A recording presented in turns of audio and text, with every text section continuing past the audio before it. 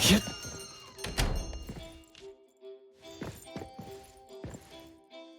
Morning, Appraiser! Look here. Is this package yours? It's not mine. Tagado says it's not his either. Oops! We made fun of Takido for nothing! Not his, not mine, not Sakiri's, not Adler's. Whose is this? It's taking up a lot of space. Some new antique? I don't think it's part of Hotori's collection. Huh? Wait, what's going on? About half an hour ago, when I returned to the shop, I saw a courier making a delivery. The package wasn't addressed to any person, just a bone antique shop. I saw that she was in a hurry, so I simply gave my signature for the package.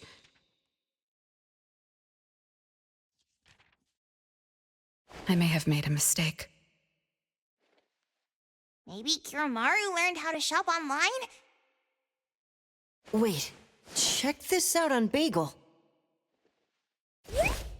Oh, what is it? Let me see! Mysterious puppets in Hethereau. Performance art or terrible omen? Wait, doesn't this look just like the one in our shop? Are they from the same collection?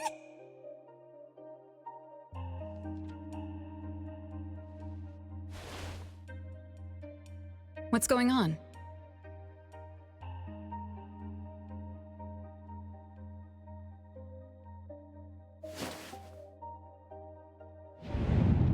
Seems that similar puppets appeared overnight in populated areas throughout Hethereau. There are 5 of them so far.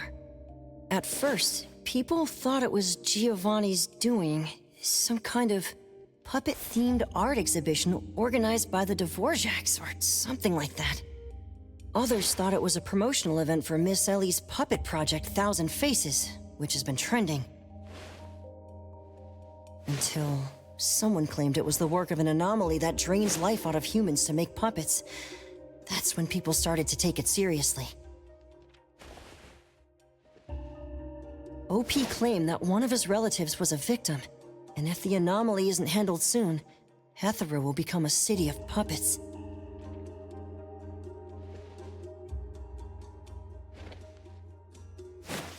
Is it really that bad? Mm-hmm. Anyway, people are afraid they'll be the next target, and more have been claiming that a certain puppet is someone they know, or even sharing close encounters with the anomaly.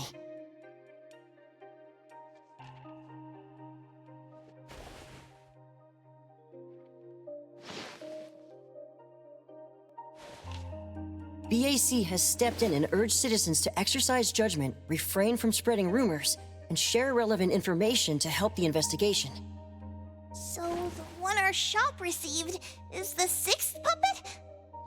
Wait, was the puppet still human not long ago? Maybe it's better to get JTF involved. I'll contact the Bureau. Can't even chill this morning. Not all of us can skip beauty sleep and still be beautiful like that woman.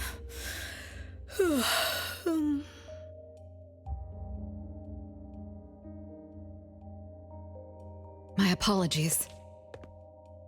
It's not your fault, it's someone else. Forget it.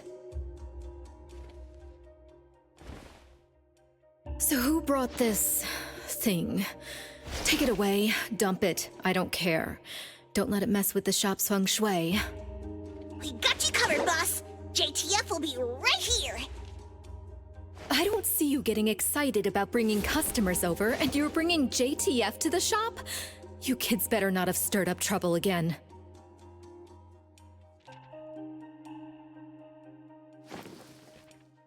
Here's what happened. In any case, we'd like you to come to BAC to assist with our investigation. We'll have to leave the shop for a while. What do you think, Hotori? Well, the business of the BAC matters more than ours, so we'll comply. But The BAC will compensate for missed working hours for Precious, Daff, and me. Why am I included? Of course. The BAC will provide reasonable compensation for losses incurred from taking up your time.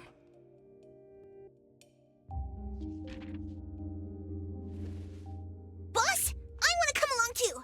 There are no Misties to catch today. The shop isn't closing for the day. Someone needs to handle things until Adler gets back with groceries. Don't blow up the place while I'm gone. All right, you can count on us.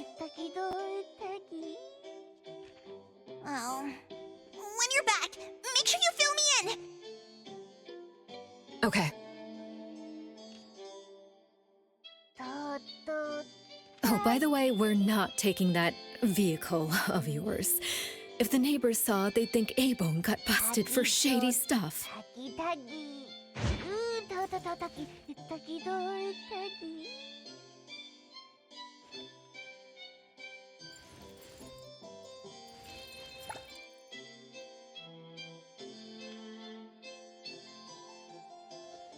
Let's get ready to head out.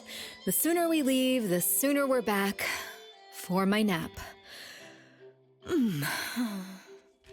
Why are you coming along? Alphard woke me up this morning and invited me for a little chat. I thought it was about a Bisu. The director's tea is going to taste even more bitter. Come on, let's go. I'll try to get some fawns out of her.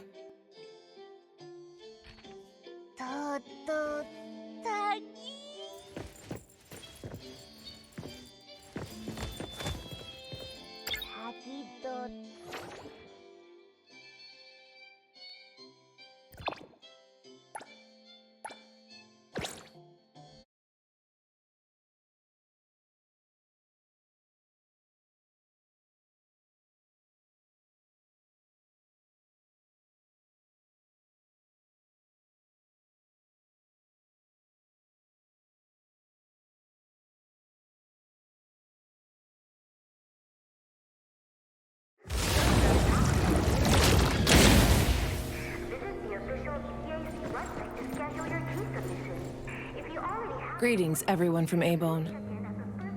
ETD-6 is taking over this case. I'll introduce you to the operation lead in a moment. If Nellie's handling the introductions personally, this must be quite the complicated case. Since there's already online unrest, we decided to assign a team specializing in anomaly crimes and meme anomalies. Anomaly crimes? Those refer to human criminal incidents that involve the exploitation of anomaly characteristics, or espers. So the Bureau suspects that this isn't the work of anomalies alone. There are more and more divisions in the Enforcement Tactical Division nowadays. The puppet from A-Bone has been transferred to TempCon. Please follow me.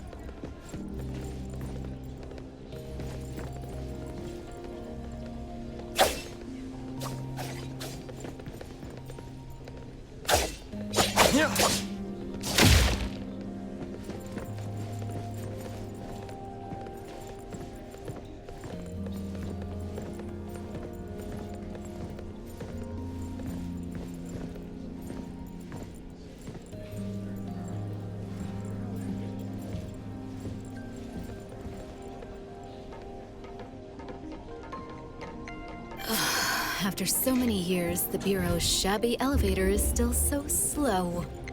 Why wouldn't Alphard spend her budget to upgrade it? She hired so many new employees. Indeed. There have been many new hires after you left ETD. This is awkward.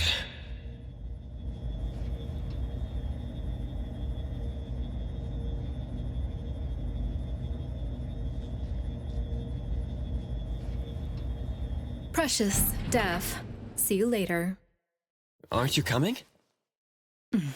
I'd love to hang around and meet teams I've never seen before, but my dear Director Alphard needs me for some grown-up discussions. Is it about Abisu? Should I go with you?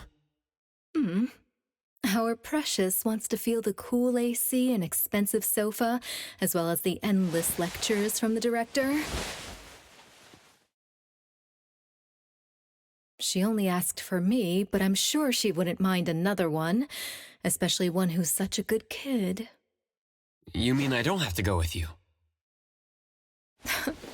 Don't worry, the containment level needs your expertise more. Next time there's a chance, I still won't drag you along to suffer. When you're done with your work, just head back. Don't wait for me. I just hope today's parent-teacher conference doesn't set a new record for length.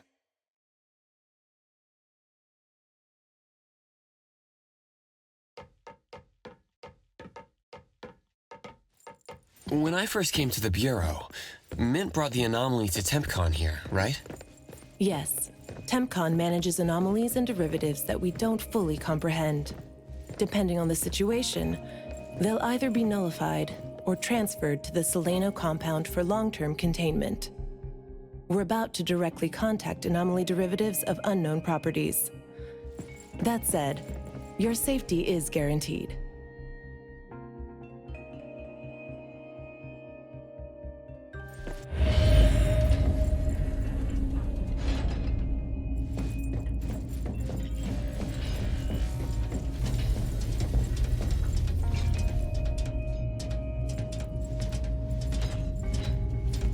Leave it to me! I will see through the Nexus.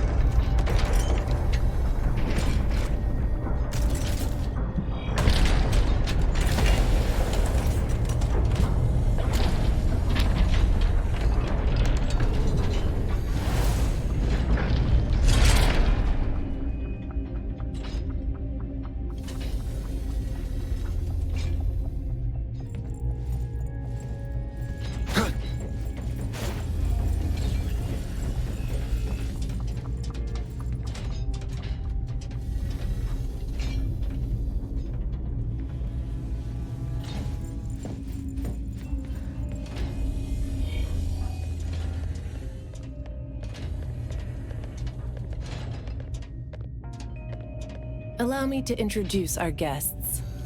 These are Anomaly Hunters from A-Bone Antique Shop, Daffodil, who witnessed the suspect in the puppetization case, and the Appraiser, who has keen perception of anomalies.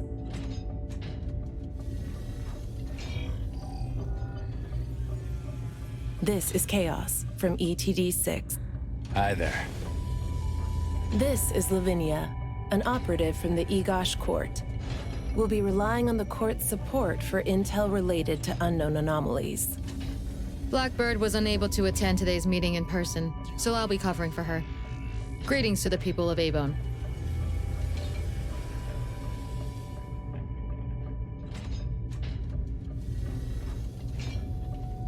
Greetings. Now that everyone's here, let's get started. Who received the package? Tell us what happened.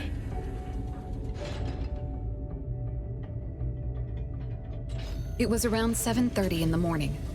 I saw the delivery person place the package at the shop entrance. She approached me for my signature, saying she was in a hurry for the next delivery.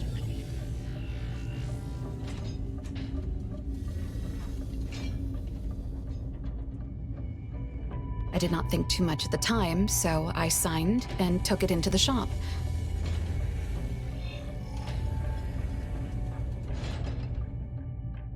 But looking back now, the whole thing was pretty strange.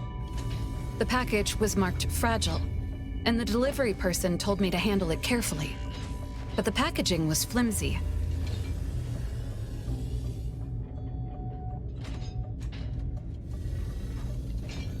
Do you remember what the delivery person looked like?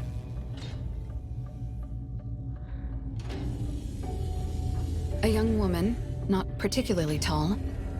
Short hair, in a Cool Express uniform. I didn't get a good look at her face, since her baseball cap was in the way.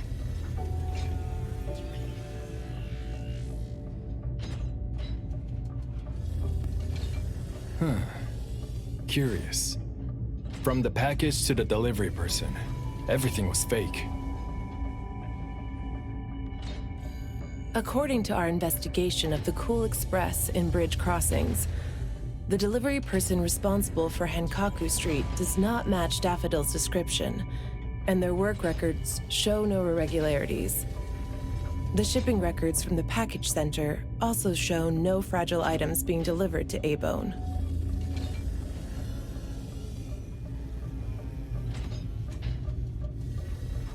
Someone disguised themselves as a delivery person just to give A-Bone a puppet?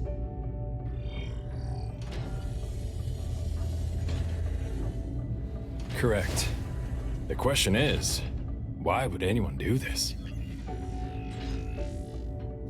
Considering this may involve matters affecting A-Bone's interests, I'd like to consult with both of you.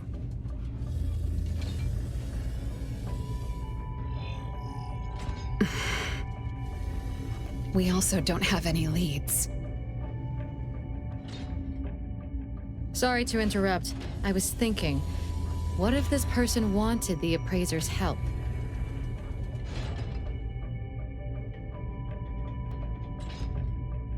The puppet that allegedly was transformed from a human, wouldn't it retain traces of an anomaly?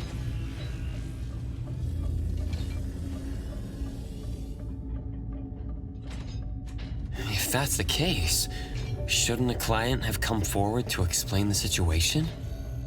Even without a client, what harm is there in examining a gift at your doorstep?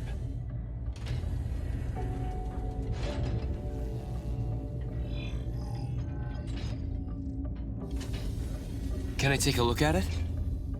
Please, go ahead.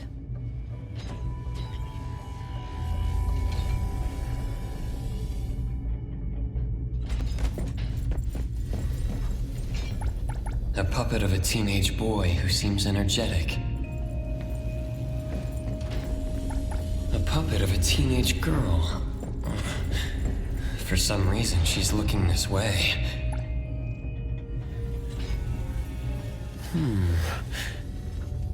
The cards in the pocket.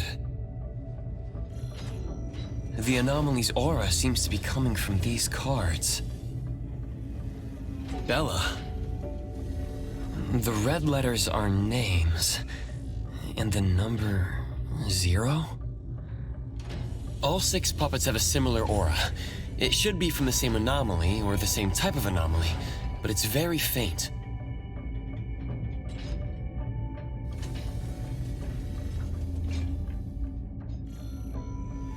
I think the puppets should be ordinary puppets.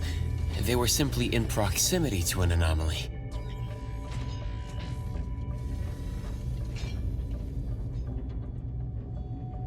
But the black cards in the puppet's clothes. The cards are the derivatives, aren't they?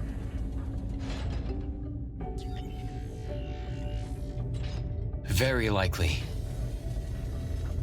So people being attacked and turned into puppets by anomalies is just a rumor.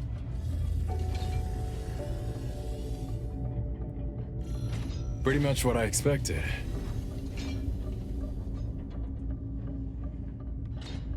Who would spread rumors on Bagel to cause panic? Could it be the same person who delivered the puppet to A-Bone? Bingo. You're asking the right questions. My investigation shows that someone hacked a bunch of Bagel accounts and started rumors about people being turned into puppets by anomalies. This is starting to affect the citizens of Hethereau. Take me, for example. I have a neighbor who never misses her daily dog walks, rain or shine, but she's scared of getting caught by the anomaly. and began to ask me to run errands.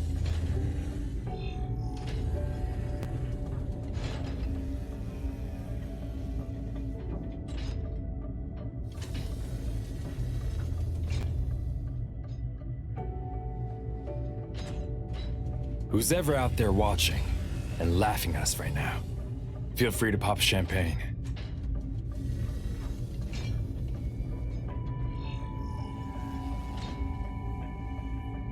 In any case, we can conclude that someone is spreading rumors. But I'm afraid clearing this up won't be easy.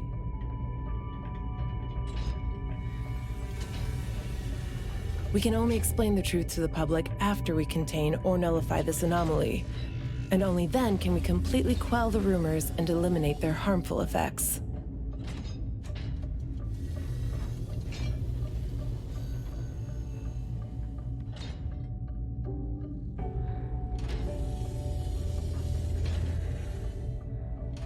We have two important leads. First, the puppet was delivered to A-Bone by a fake delivery person.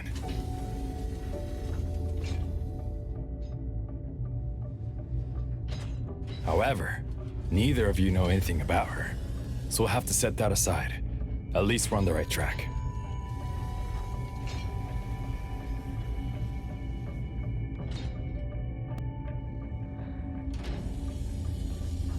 The second lead is that the Anomaly can write. In my experience, this is quite rare. I wonder if the Egosh court has any records of such anomalies. Could you help us interpret it?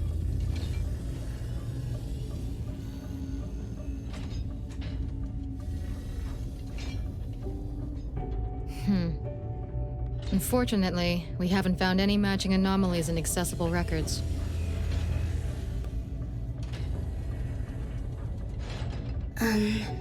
If we can determine the identity of the names written on the cards, I may be able to help. I should be able to glimpse at their fate through divination and understand what they've been through.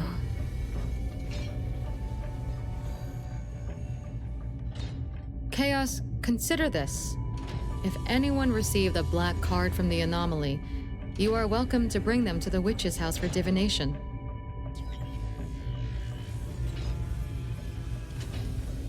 Understood. If anyone from A-Bone discovers new leads, please contact BAC as soon as you can.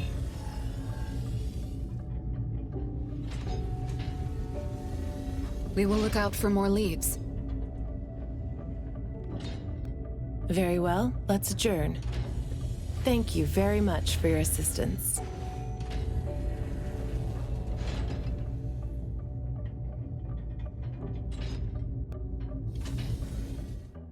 Who could it be? If only I paid more attention to the delivery person. Daffodil, you couldn't have expected this to happen. A-Bone's safety is my responsibility. This time, I left my guard down. Still, it's good to know that no one was actually turned into a puppet.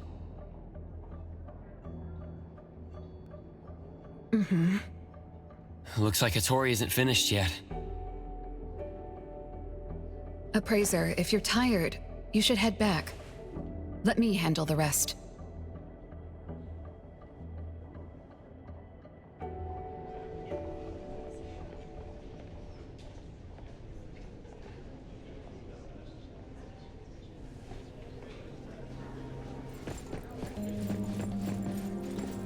Come on. Yep.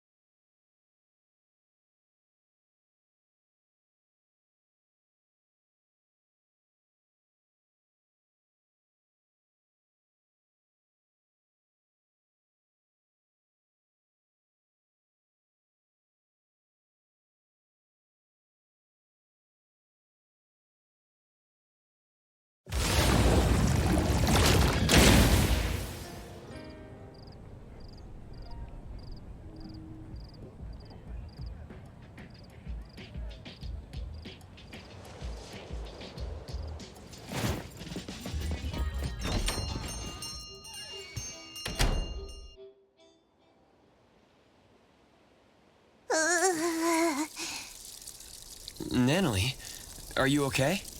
One last spot. Alright. Natalie's special training of watering flowers and horse dance complete. Watering flowers in horse dance? I'm learning from my master. Integrate every bit of training into daily life, using the weight of the watering can to increase the training intensity. How's that? Pretty clever, right? Oh. I water flowers like a normal person. Exactly. To master, this is just normal. My training isn't good enough yet. That's why I keep wobbling around. Just you wait and see how much I improve, master! Of course. Thanks to Daffodil and Natalie, the flowers and plants are looking better. I'll take care of pruning from here. Alright. Delicate work like that really is best left to the old man. Oh, by the way, how did that thing from yesterday turn out? Any updates? We couldn't get anything out of Cool Express. The manager even said that they're going to avoid hiring temps for a while.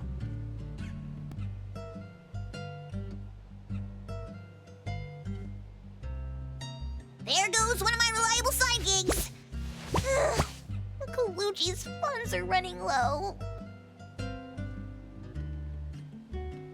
Oh, why do you think they're sending puppets to our place in A-Bone? Could it be the Anomaly is challenging the Colucci's? Was the puppet sent to deliver some kind of message? What message could that be?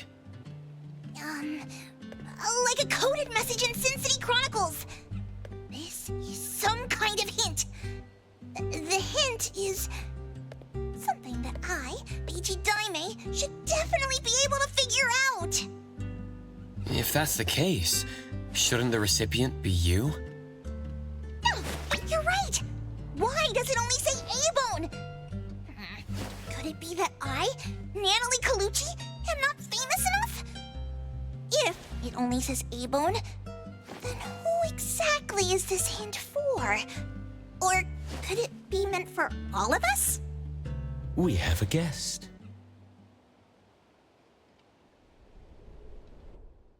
Hello? Is this A-Bone? Are you Anomaly Hunters? Welcome to A-Bone. You must be here for an Anomaly commission. Yes. What do I need to do?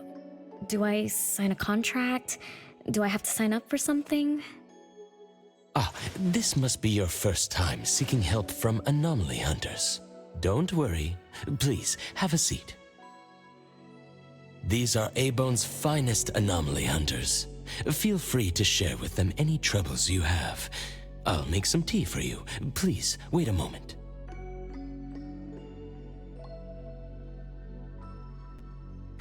Okay. Sorry, I don't know how this works. If you don't mind, let us ask you some questions.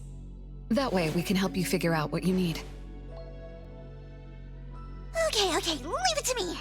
So, have you encountered anything strange recently? What should I call you? Renee is good enough. I think. All right, Renee. What do you do for work? How's your day today? Did something weird suddenly mess up your routine? I'm a taxi driver. I start at 8 a.m. and finish at 8 p.m. For lunch, I grab something quick from a convenience store. After work, I go to Food First for a set meal. The weird thing is, for the past few days, every night at exactly 9 p.m., this strange guy in a cloak shows up and attacks me. Though he looks scary and hits me pretty hard, when his attacks land, I don't feel a thing. I just cover my head and let him attack me for about 10 minutes. Then he leaves. Well, I think he leaves. When I peeked through my fingers, nobody was there. That's about it. Isn't this strange? He attacks you every day? Even if it's just a prank, that's messed up. Here's your tea. Thank you.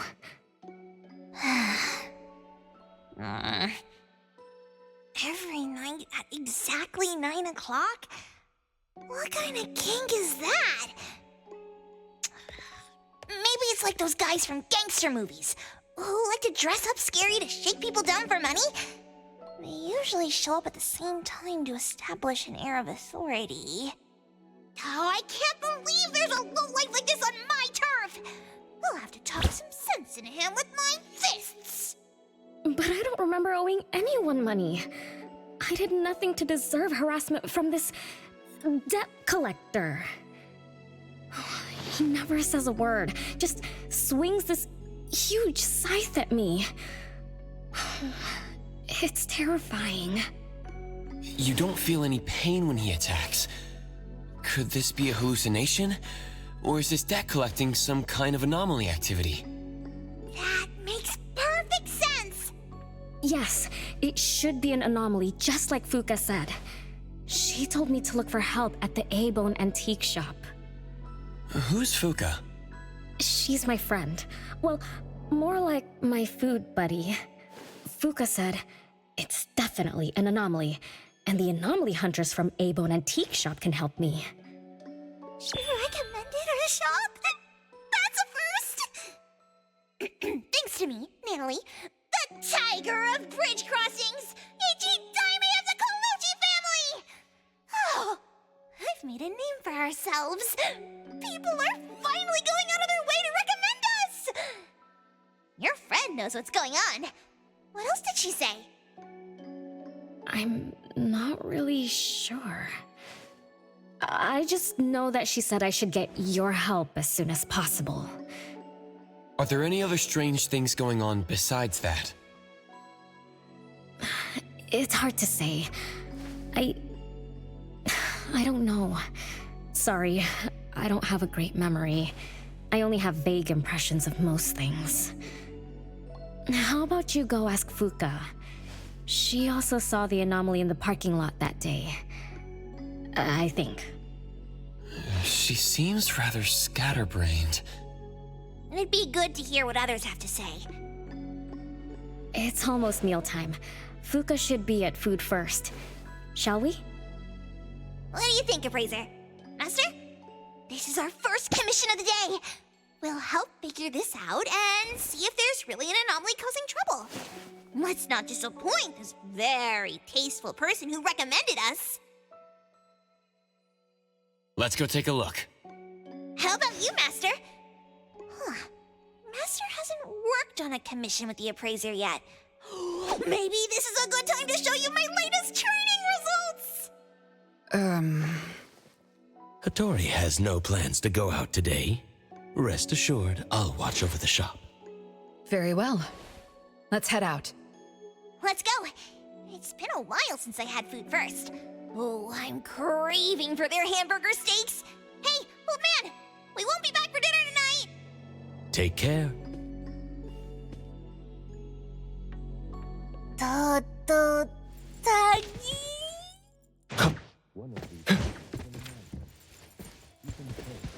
Taki to taki taki.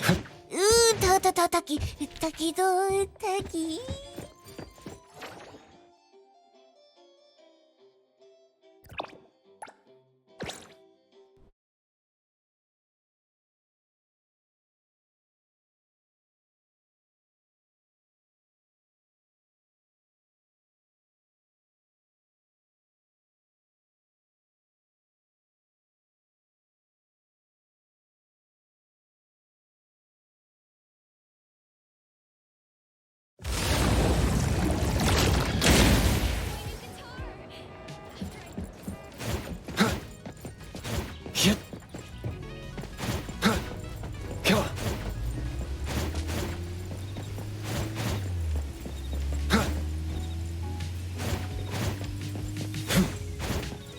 Hit.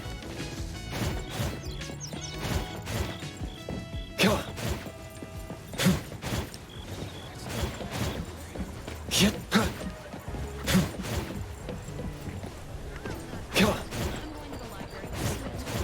Come on.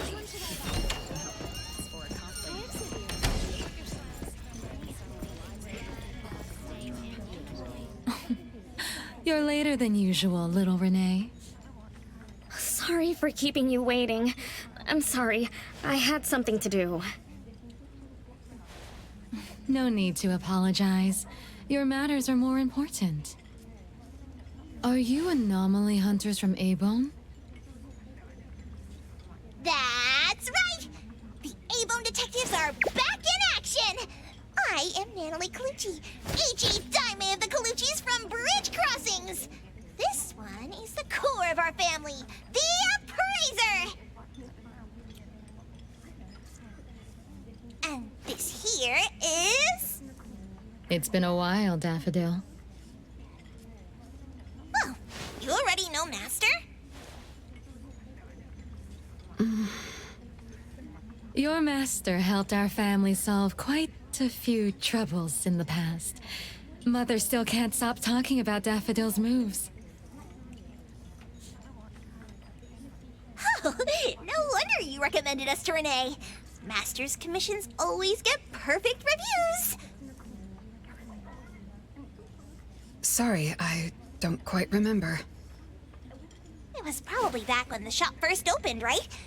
After all, we have monopoly on all Anomaly commissions now.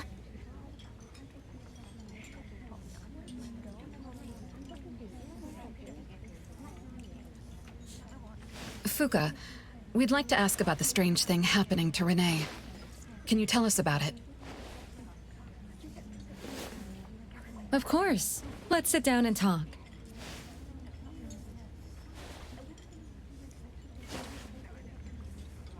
Two nights ago, little Renee and I finished dinner and were about to head home. She offered to give me a ride, so we walked to the parking lot together. That's when we encountered this cloaked person. Cloaked person? Didn't little Renee tell you about it?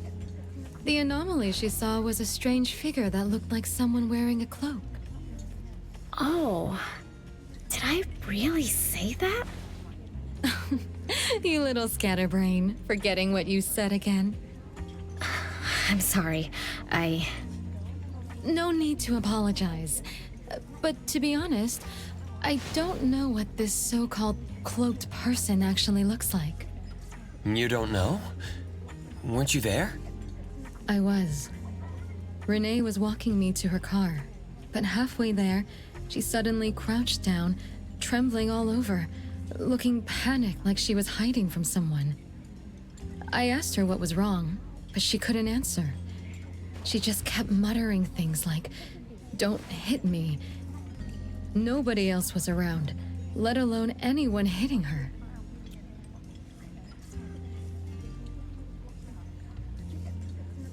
So you didn't actually see the anomaly attack Renee? I did see her curled up on the ground, but I definitely didn't see the cloaked person she described. After about 10 minutes, the kiddo just stood up and asked me to follow her to the car, acting like nothing had happened. Isn't that strange? Are you sure this isn't some hallucination? Like, maybe she ate some weird shroom at dinner or something? I thought she was hallucinating at first, but on the way home, she told me that this weird thing happens every night at 9 p.m. It didn't sound like she was lying. Not a hallucination, only she can see it. Harasses her every night at the same time. With something this bizarre, it's gotta be an anomaly causing trouble.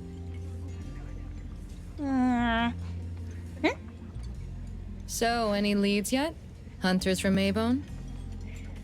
I see. Can I ask one more question? Of course, Daffodil. When Renee was clearly unwell, why didn't you contact a doctor? That's right. She acts like she's nice, but when her friend was in trouble, she didn't seem to be concerned or help her. Well, I was worried something might be wrong with her, so I told her to go to the hospital. But the girl insisted she was fine. So I just let her be. You also suggested that she should seek help from A-Bone. That's because I later realized Renee must have gotten herself into trouble with some anomaly. So I thought of you. Wouldn't it be better if you experts helped her, instead of having an amateur like me mess around? Daffodil, you may be thorough, but you always get obsessed with details. Same old habits. I'm the one who told Fuka that I was okay. Really, I'm fine. It didn't hurt at all. It's just that the anomaly was scary. Thanks to Fuka for explaining everything that happened. I'm not so good at that. I feel like I don't really know what's going on. We've been talking for so long, we almost skipped dinner. I'll buy everyone food tonight. Take a look at the menu. What do you want, Fuka? Same as usual. Spicy chicken cutlet curry rice. I'll have the same. I don't know about the other stuff at this place, but I like the spicy chicken rice, since it doesn't have those gross green peas. What about you, Anomaly and Appraiser? Go ahead and order something you like. We'll gladly take the offer.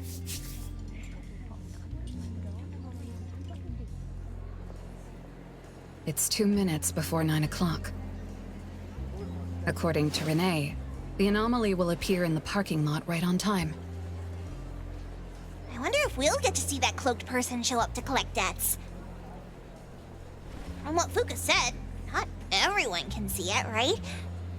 Or maybe ordinary people can't see it? It might not be a weirdo in a cloak either. After all, she's a bit scatterbrained. She could have gotten it wrong. There are many anomaly hunters here to protect you today. No need to be afraid. Thank you. You always take care of me. Then I'll walk ahead. It'll show up soon. 3, 4, 5, 6. No, that's not right.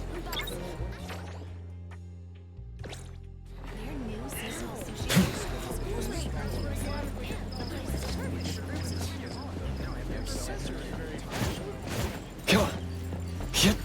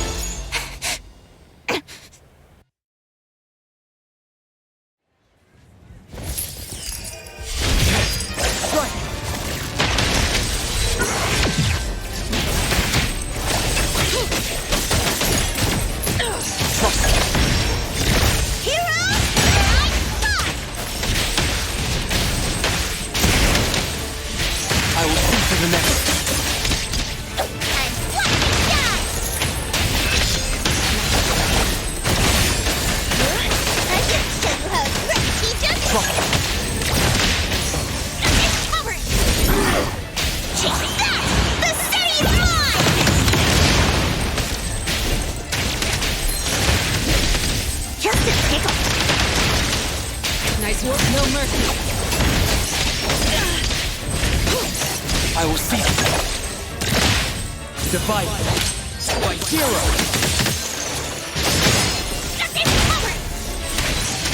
Nice work. Trust me.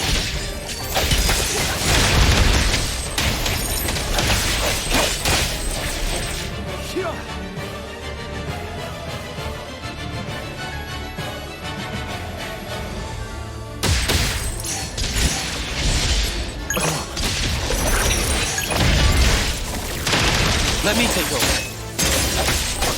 Leave it to me. Thousand Eyes, awaken!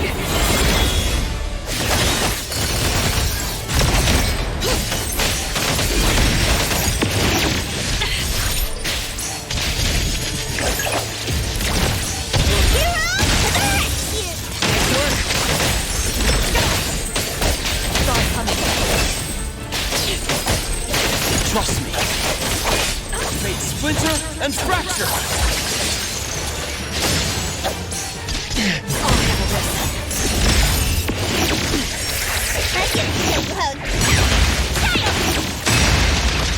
I will see through the Nexus. Here I am. Let me take over. My mistake.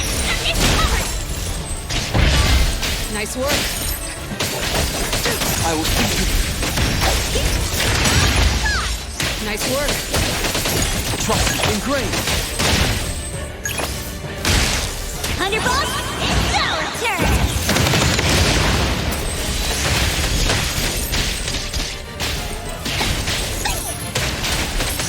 Let me take over. Let's finish this!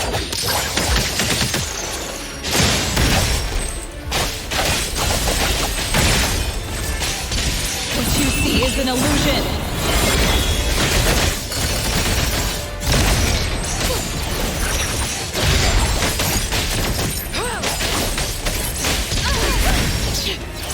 Trust me.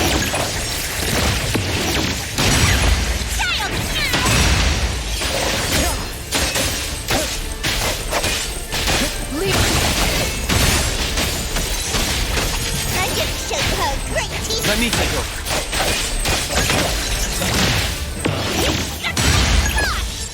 Nice work. No mercy.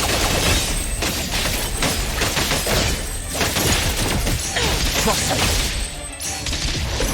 Divided by 0.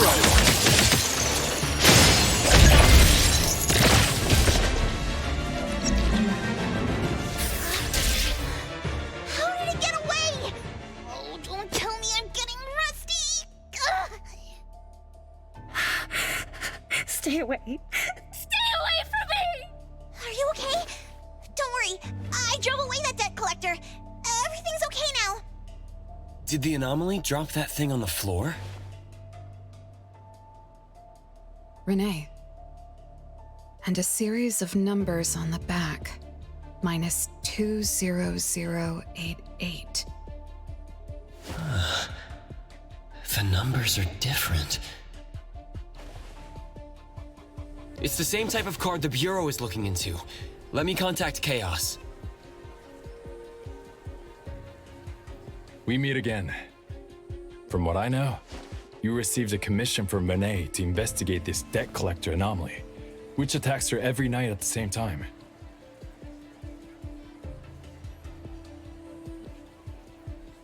You fought, then the Anomaly left behind the same cards from the puppetization case. So you encountered the same Anomaly I'm after.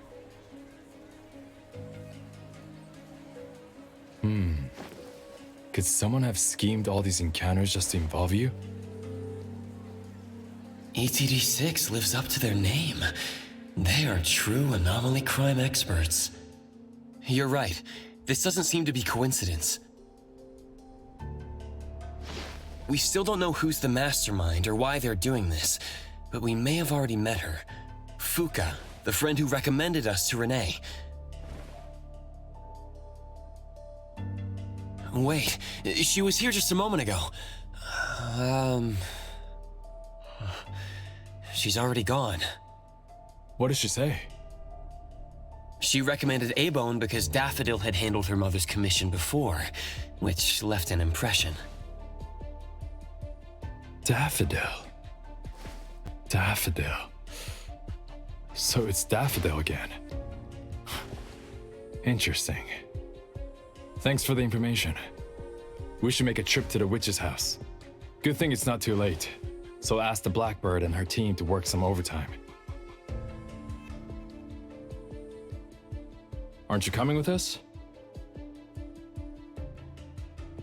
Of course.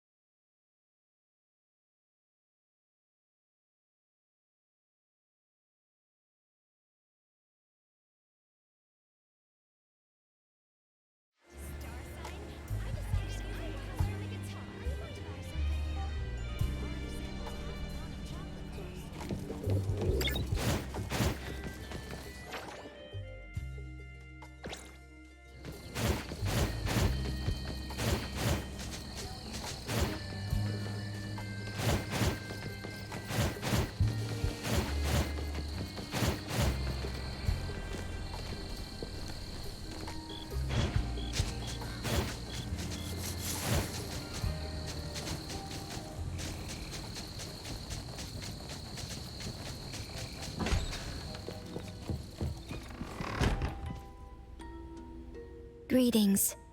Welcome to the witch's house. Hello. Sorry for disturbing you this late.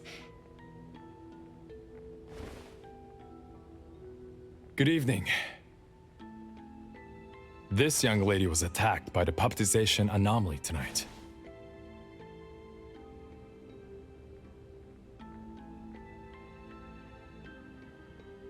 Huh? Wait, what Anomaly? The one that turns people into puppets? So, those people really were... Well, we aren't certain at this moment. In any case, could you please share the entire incident with us?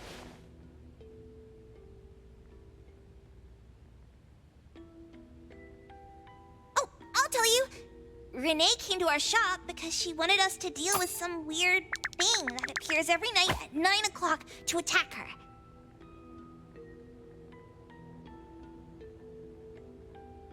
We were escorting Renee to the parking lot of food first, and at exactly 9 o'clock, there was a poof, and a wild debt collector appeared.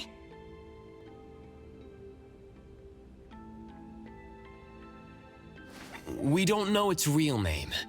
Nanalie has been calling it the debt collector. That's right. It was swinging a huge scythe at Renee. I don't know if my eyes were playing tricks, but the scythe went through Renee's body. I was worried. I think I saw that too. Luckily, the appraiser blocked its weapon. Then, they started going at it, trading blows and stuff. But the fight didn't last long. Oh, I was just getting started when he ran off. Do any of you remember how long the fight lasted? 10 minutes sharp. And afterwards, did you discover that the Anomaly left the same kind of card for Renee? We did. Appearing on time, disappearing on schedule, and leaving similar cards for the victims. This debt collector might be a type of rule-based anomaly.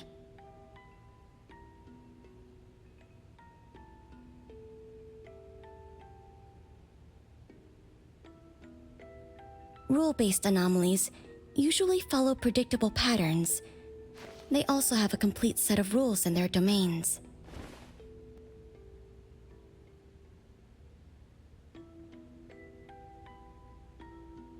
For example, if any of you were to enter the anomalous realm it creates, you wouldn't be able to get out easily. Instead, you'd have to follow its rules.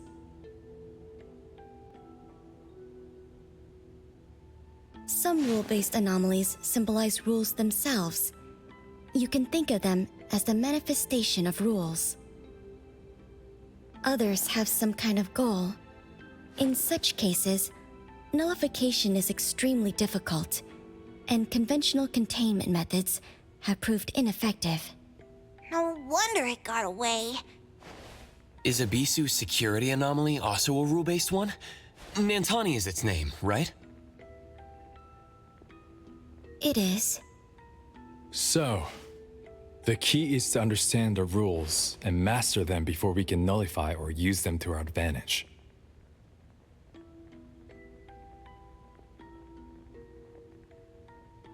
And someone beat us to it. Figured out the debt collector's rules. Set up the whole thing. Huh.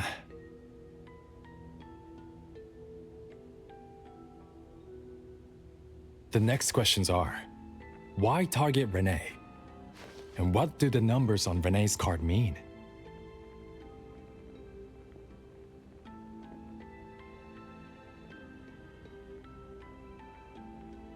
Why is the message left for Renee different from the others?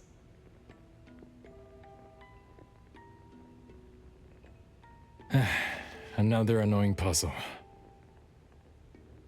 If only Nietzsche were here. I could do a divination for Renee. Maybe we can find something.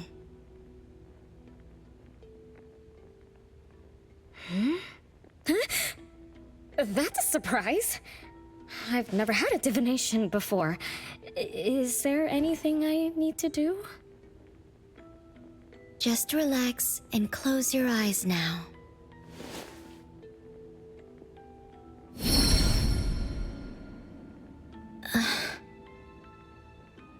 Oh, lost child of fate. Your tomorrow is trapped in blankness.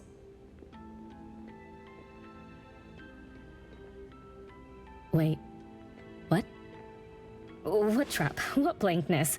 I thought divination is about tomorrow being lucky or a sunny day.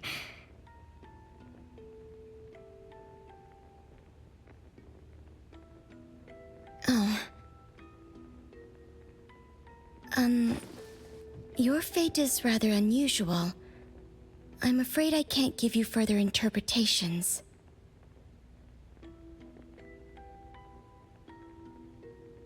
But I once performed a divination for another woman with the same result. You might share similar fates.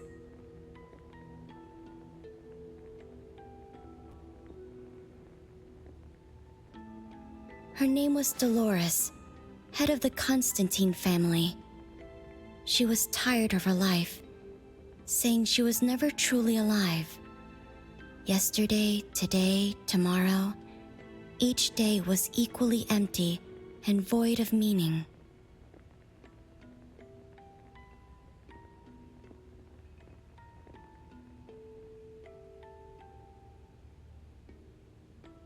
I think that was because she lived for far too long.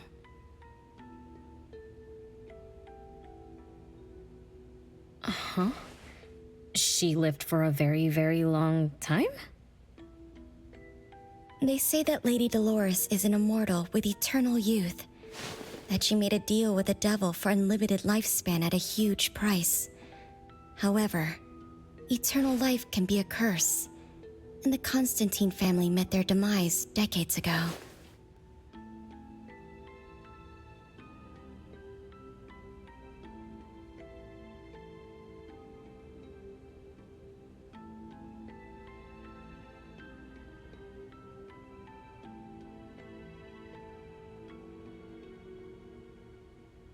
That was when most people didn't know about anomalies. People simply believed in curses.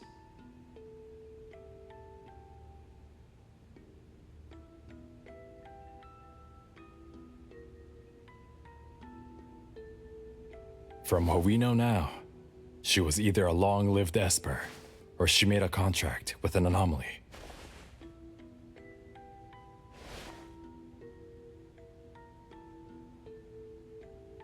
Lady Dolores told me that she is one without heart, which is the truth about the curse of immortality.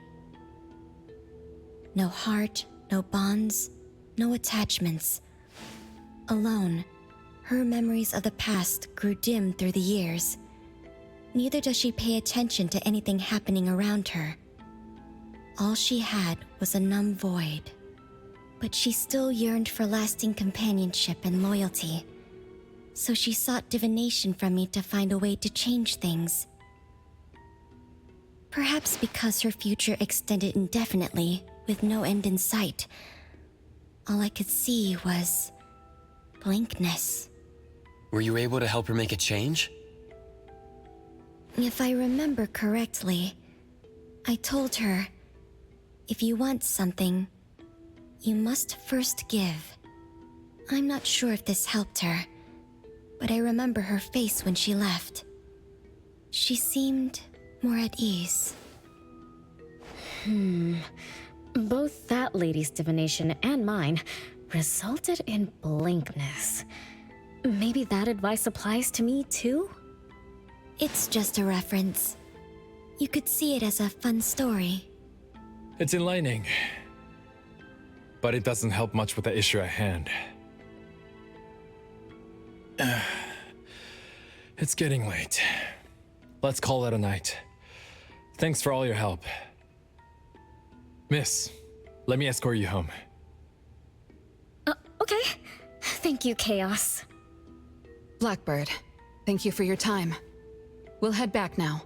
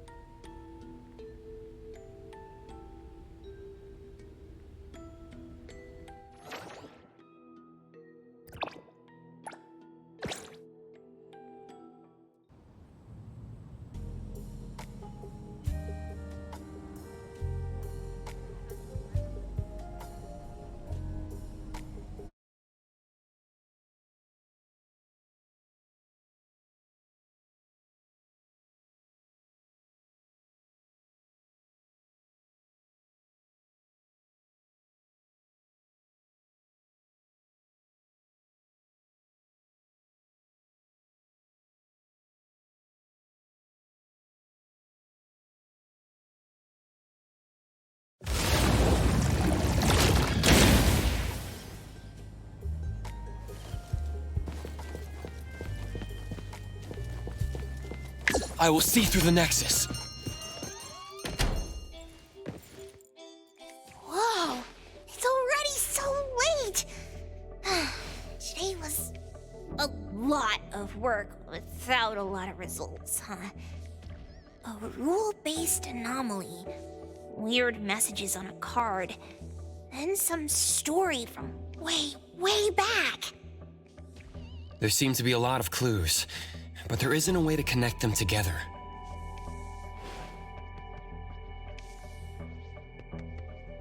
They must be related. What could be the missing link?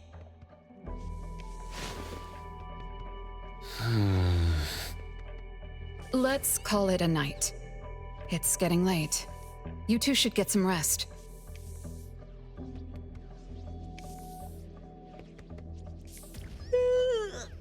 Oh, man. After running around so much today, getting home, relaxing for a bit, and now that Master mentions it, ugh, sleepiness just hits you like a truck. Good night, Master. Good night, Appraiser.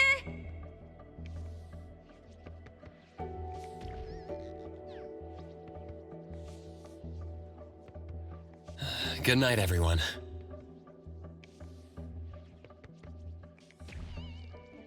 I apologize, but bedtime is going to have to wait.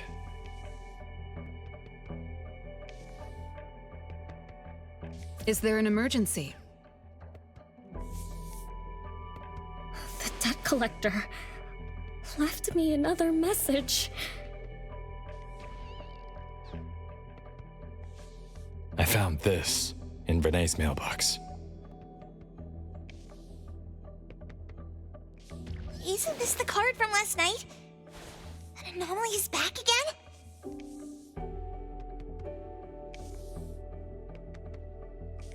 Appraiser, take a look at this.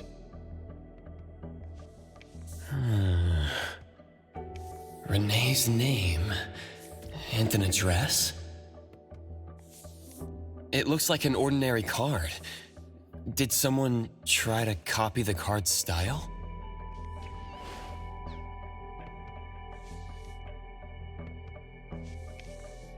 They need to have seen the original to make such a convincing copy. That narrows down our suspects.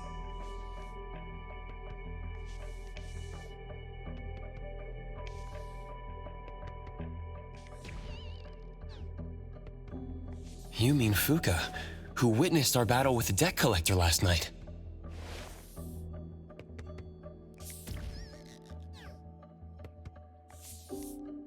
And the person who delivered the puppet. Don't you think they're working together?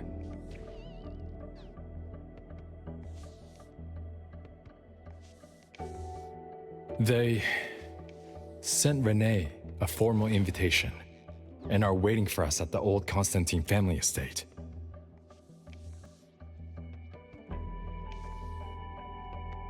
That address belongs to the now defunct Constantine family.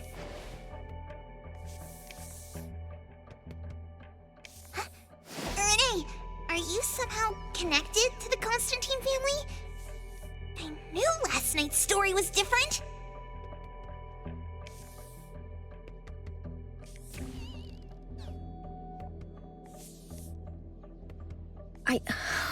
I don't know. I don't remember.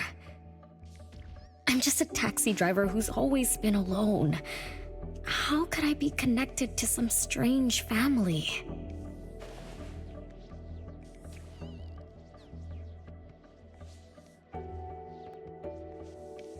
Oh, I'm sorry. I'm not helping. All right. We just have to find someone who has an answer. Let's go.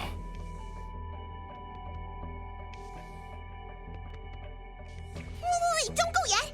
This is Abel's commission.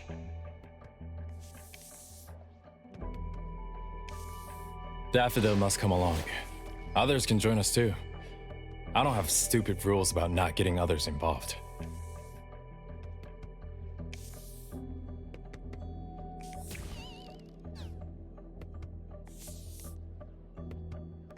Master, the appraiser, and Natalie Colucci.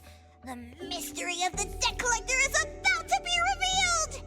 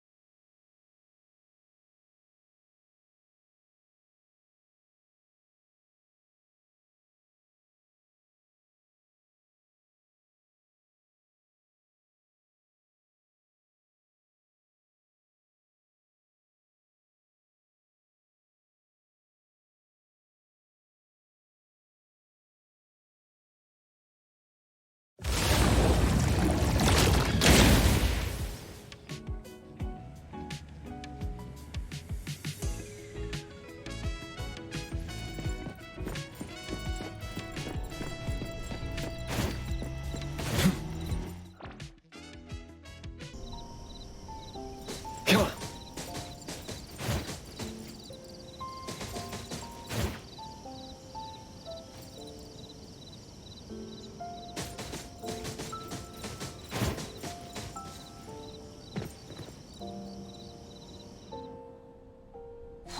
There's nothing here except for some skinny crooked tree. How is there nothing else? Was there really a big mansion here before? It's a cherry blossom tree. I didn't notice before, but wow. It's grown so tall already.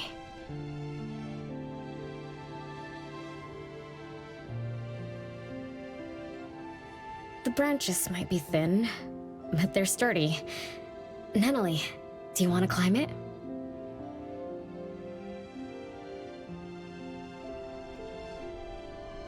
Me?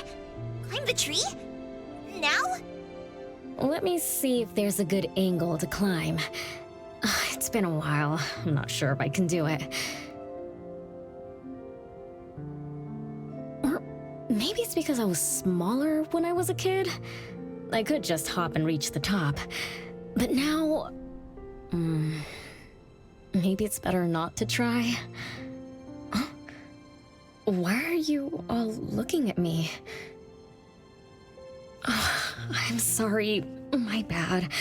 This isn't the time to be fooling around. Let's have a climbing competition after we solve the mystery.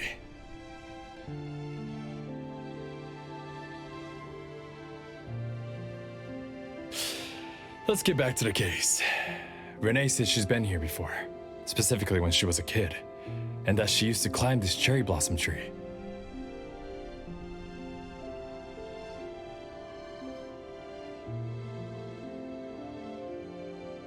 You are connected to this family after all. Did I just tell you all of that?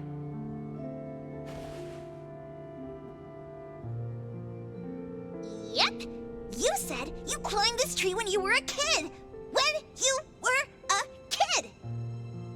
Back then, I climbed all the way to the top of the tree, wanting to pick the prettiest cherry blossom for my sister.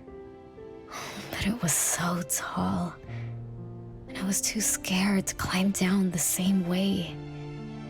Luckily, someone caught me. Huh? Was it my sister? Or Mom?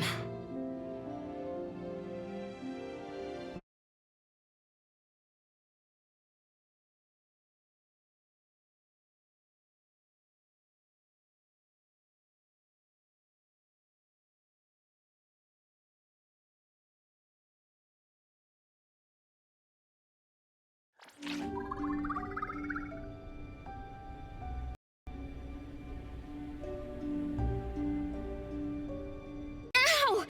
That hurts! Renee, are you okay? My head hurts. But my limbs are where they should be. What about you, Appraiser? I'm okay too. Where are we? What just happened? I'm not sure, but it looks like we're in an anomalous realm. You remembered climbing the cherry blossom tree as a child. Then we got pulled in. Anomaly and the others aren't here. We might be separated. This is my fault. I'm so sorry. I had no idea this would happen. No worries. It's not your fault. Besides, we hunters are used to being pulled into anomalous realms. The real question is, how did we end up here? What a grand entrance. This must be some wealthy family's mansion. Such as the residence of Lady Dolores, head of the Constantine family. Have we traveled to the past? Not necessarily. Maybe the anomalous realm is simply recreating scenes from the past. Do you recall anything else from when you were a kid? Anything helps. I can't. My brain is still foggy. But I can feel this. Ever since I got here, I've been having a sense of nostalgia. You must be somehow connected to the family. Whoever brought us here knows that. But didn't the Constantines disappear decades ago?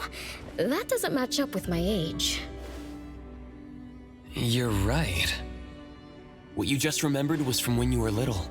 If you can remember more, maybe we can get closer to the truth. I'll do my best. But how do I do that? Let's look around. Maybe we can find the key to your memories.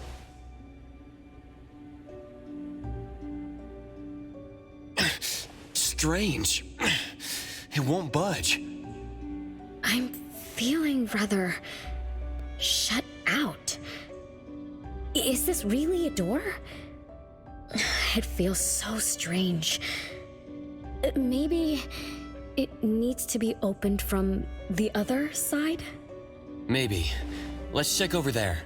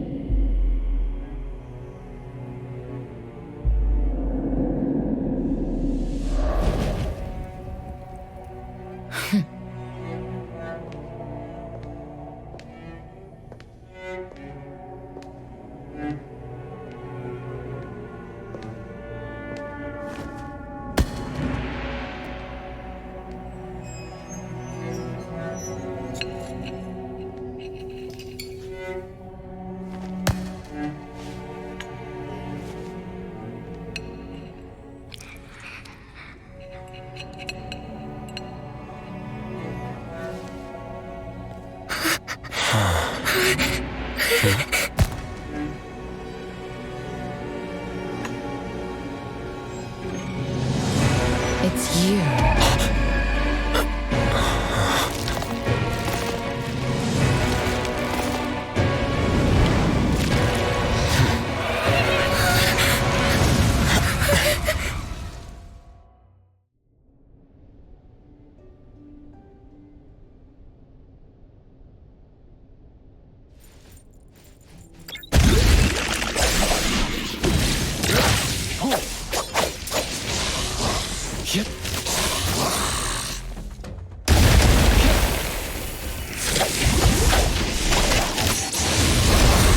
It's fine.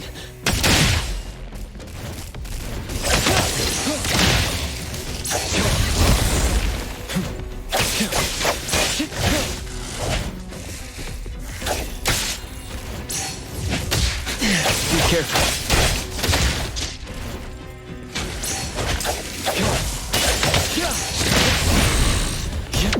Come on.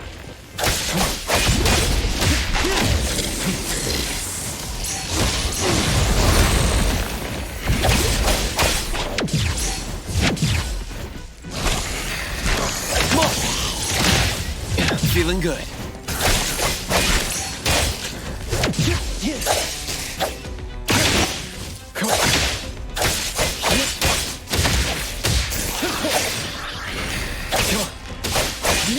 Strike.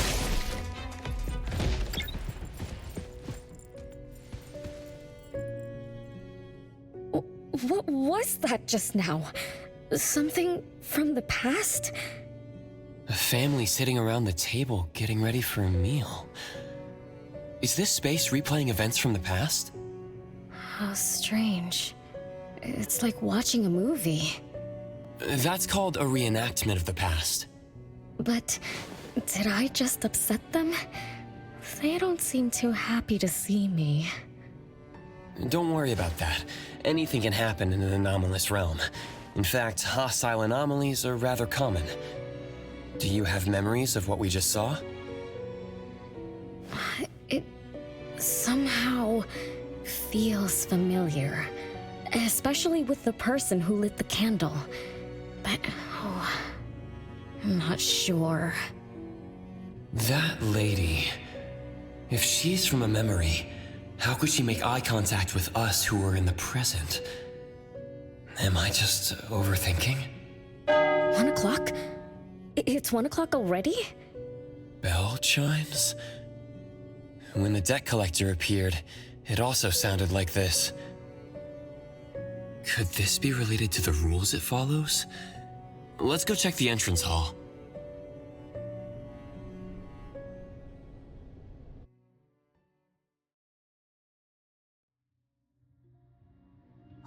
Impressive!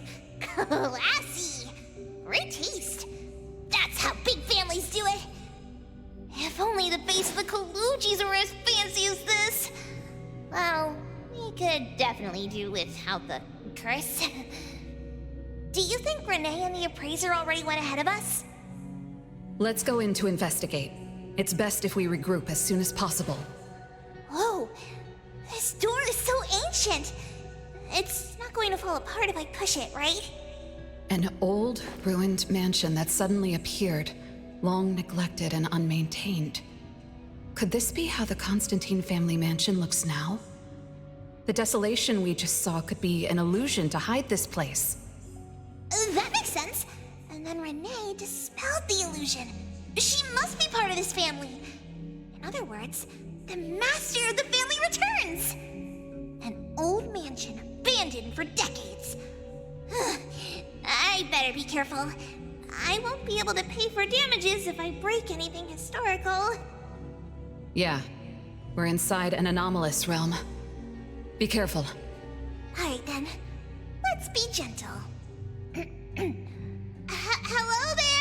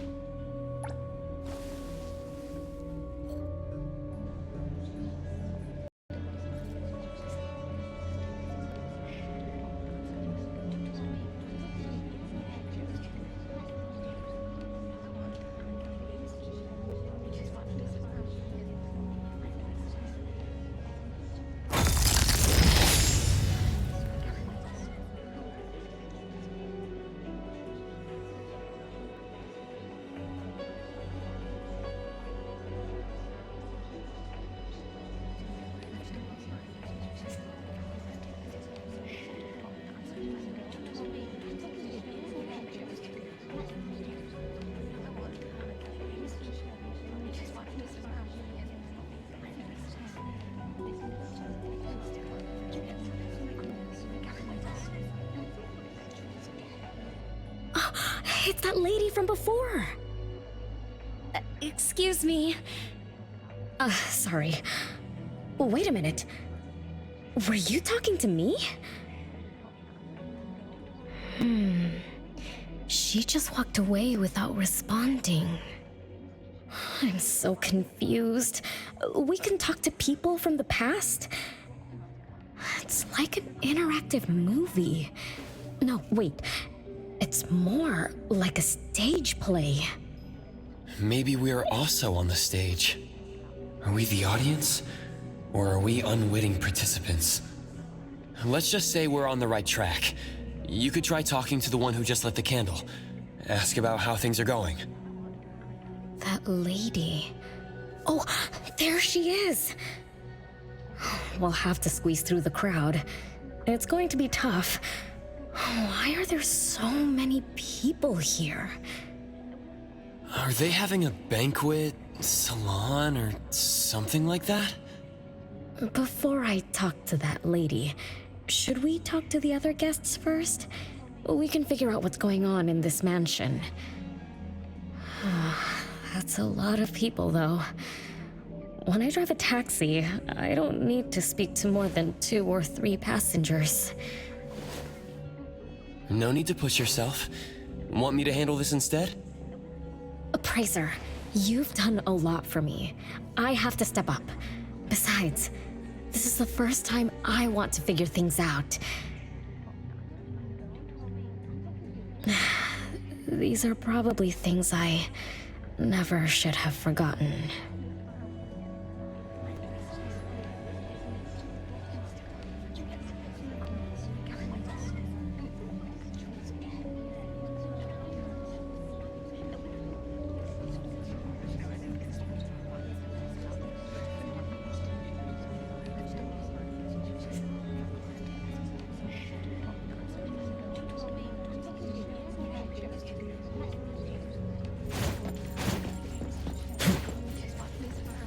I might not have another chance like this.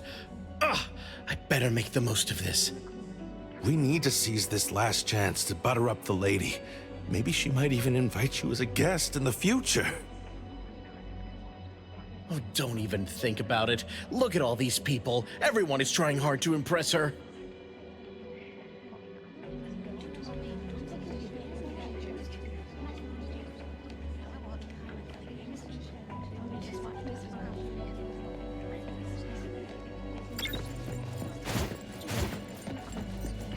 Which family does that young girl with the white hair belong to?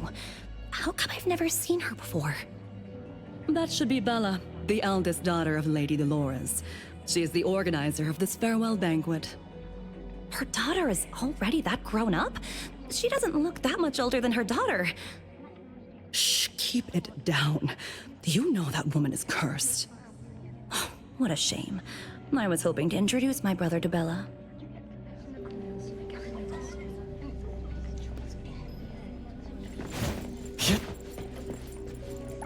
The salon has been running just fine. Why is it getting cancelled? Apparently the lady wants to focus on family affairs, so she's withdrawing from the social circles of the nobility.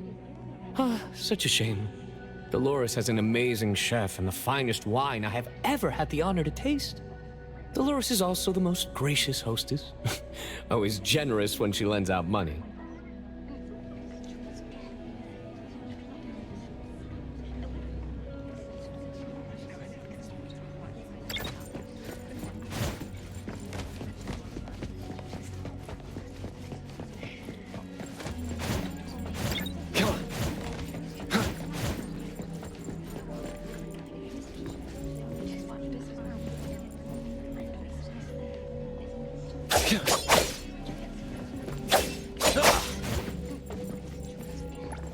That woman is finally stepping down from the stage. Tut-tut, shamelessly enjoying eternal youth. Just because she had a deal with the devil. Look at this mansion. Look at all these treasures. Who knows how much wealth she's swindled over however long she's been alive. This is my last chance to find her source of immortality. The salon ends at 3 o'clock. Look at what time it is already. What's taking those useless guys so long to make a move? I told you, those so-called exorcists you hired are nothing but frauds. You better give up on your delusions.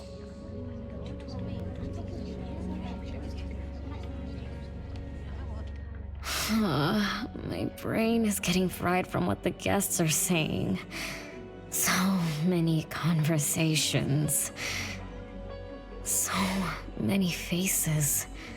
So many names. Let me think. Bella. That sounds familiar. Very familiar.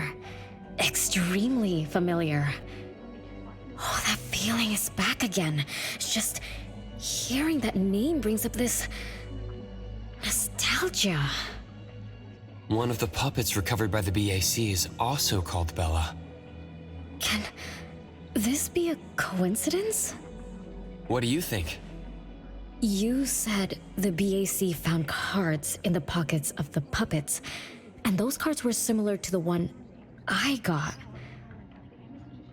That means I'm connected to the puppets.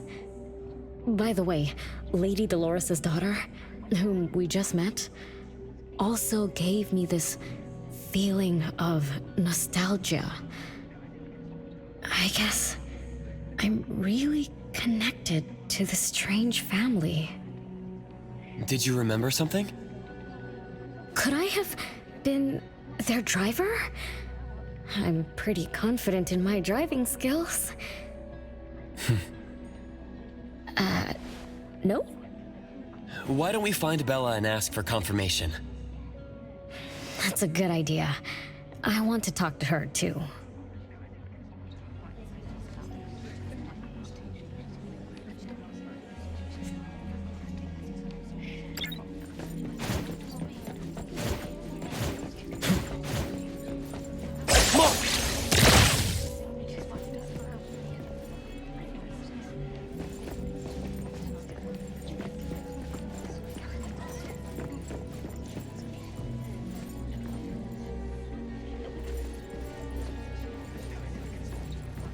Renee, this isn't a place for kids.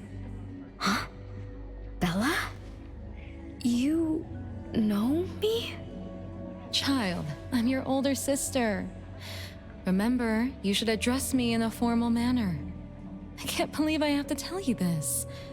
Mother has indeed spoiled you. Sister? My big sis? Why are you so confused? Oh, did you oversleep again? Mother warned us not to interrupt her salon, but you just had to go see what's going on. Like the time you hid in that cabinet to peek through. You ended up very disappointed, remember? You said adult social gatherings were boring, so you dozed off. You fell asleep in that cramped cabinet. When you woke up, you were so groggy that you forgot where you were and what you were doing. And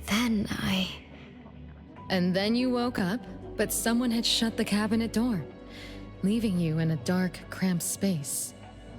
You snapped and started to cry.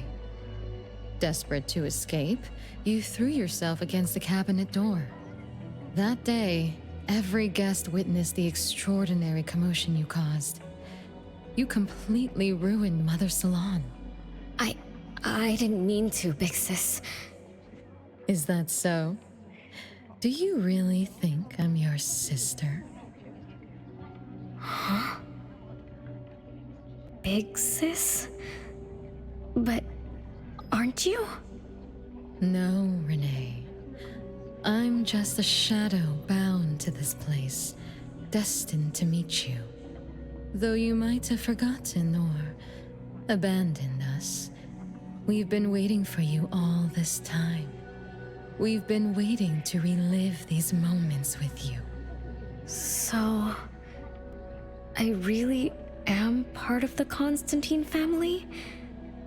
I'm her daughter? Looks like that poor brain of yours still remembers something. If you didn't even know your own mother, how sad would it be for those who love you?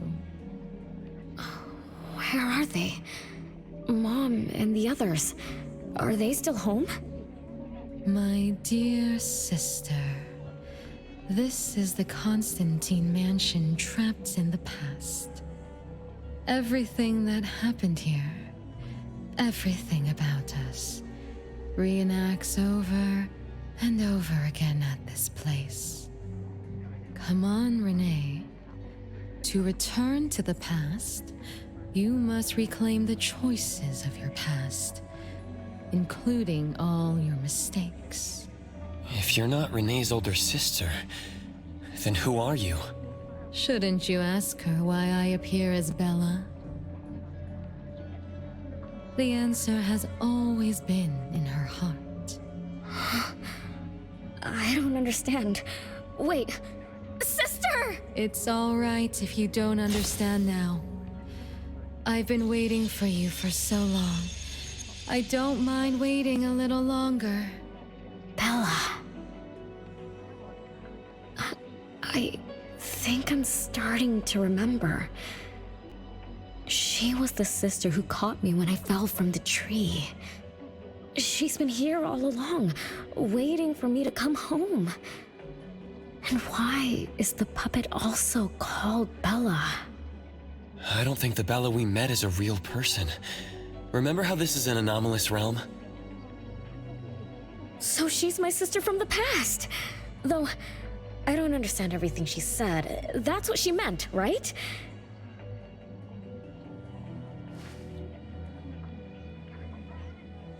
Then I really am part of this family.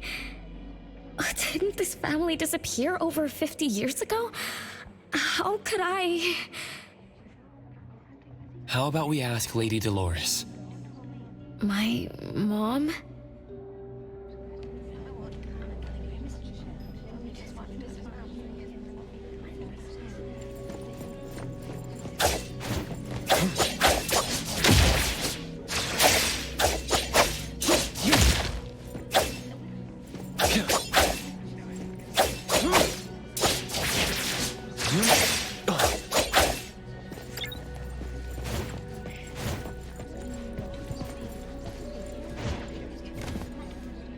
Hello. Can I pass through? Excuse me, coming through. Hey, get in line if you want to butter up the missus. Take turns like everyone else. You're not the only ones who need something from her. Dolores is far too kind to you commoners who are uncultured bumpkins with no etiquette. Do I need to remind you about what first come first served means? I don't think we can squeeze through. These guests aren't very friendly. There was one bell chime when we came in. The salon started at 1 o'clock. If this scene closely follows how it played out in the past, they should leave as soon as the salon ends. We should be able to approach Lady Dolores then. Oh, good point. Thanks for coming up with a plan. I couldn't have done this alone. When does the salon end again? It should end at 3 o'clock. So we wait until the clock chimes 3 times.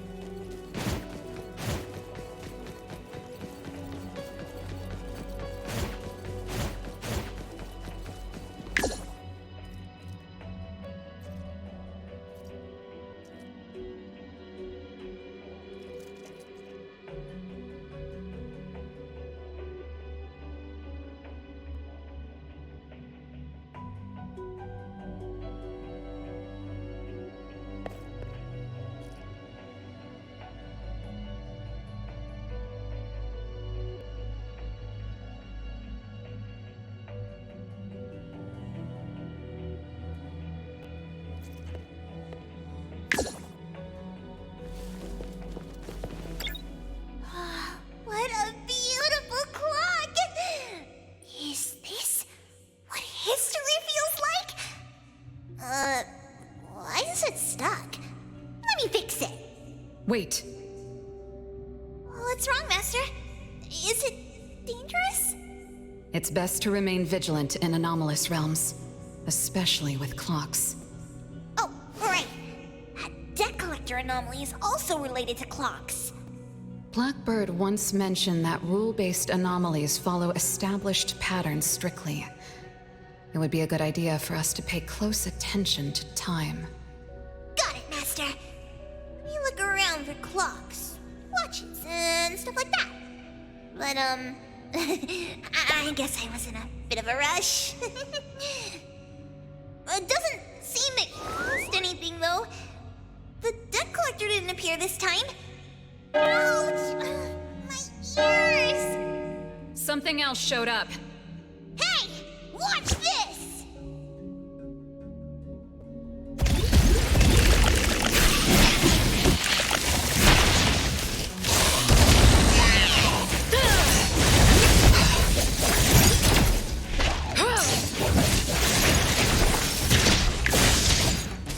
Nice work.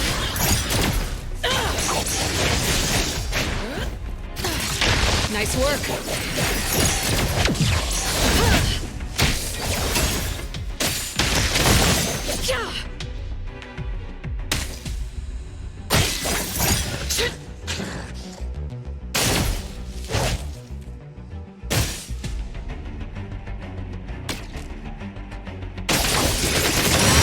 Stay sharp. Nice work.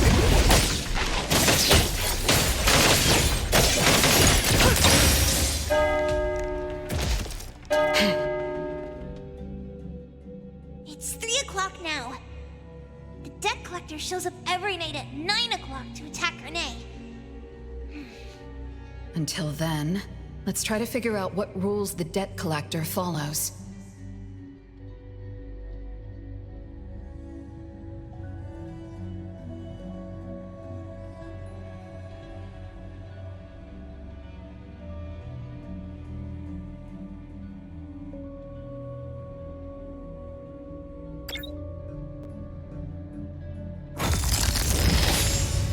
Oh, it's 3 o'clock already. As you expected. All of Lady Dolores' guests have left. Whew. I'm going to see Lady Dolores now.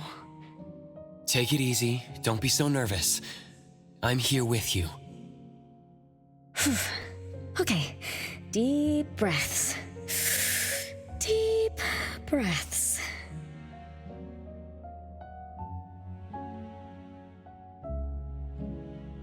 Come on.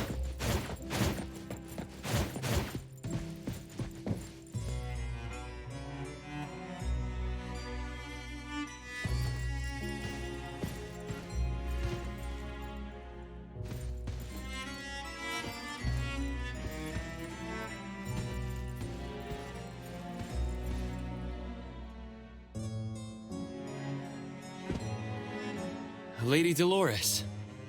Renee, my dearest little daughter, come here to Mama. No need to hide anymore. The troublesome people are all gone now. Mom? Are you angry with me? I was too naughty. I hope I didn't interrupt your salon. Angry? How could I be?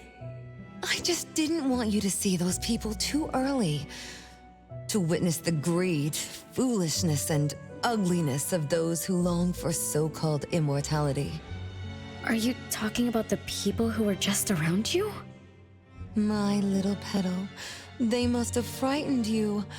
I promise nothing like this will ever happen again. This pathetic charade will soon be over. Mom, you've always hated the salons? Feelings of love or hate didn't matter at first. I simply had to run the salons. I had to use these connections to reverse the decline of the Constantine family. Besides, I don't even remember all the little things. But even though my goal was fulfilled long ago, perhaps they weren't the only greedy ones. I was too. I was too young and too foolish. I mistakenly thought gathering them under this roof could bring me some comfort. However, they were nothing but a bunch who envied the family's reputation, coveted the wealth in this mansion, and lusted for so-called eternity. After a while, I came to see them as nothing more than greedy beasts, scrambling for scraps and pandering jesters making fools of themselves. I guess they sufficed as entertainment. I don't get it. It's okay if you don't understand. Mother promises that you, my little petal, will never need to understand this. These troubles will never bother you again. Mom, are you not hosting salons anymore? Whatever I sought in those salons was a mistake from the start. I must correct this mistake.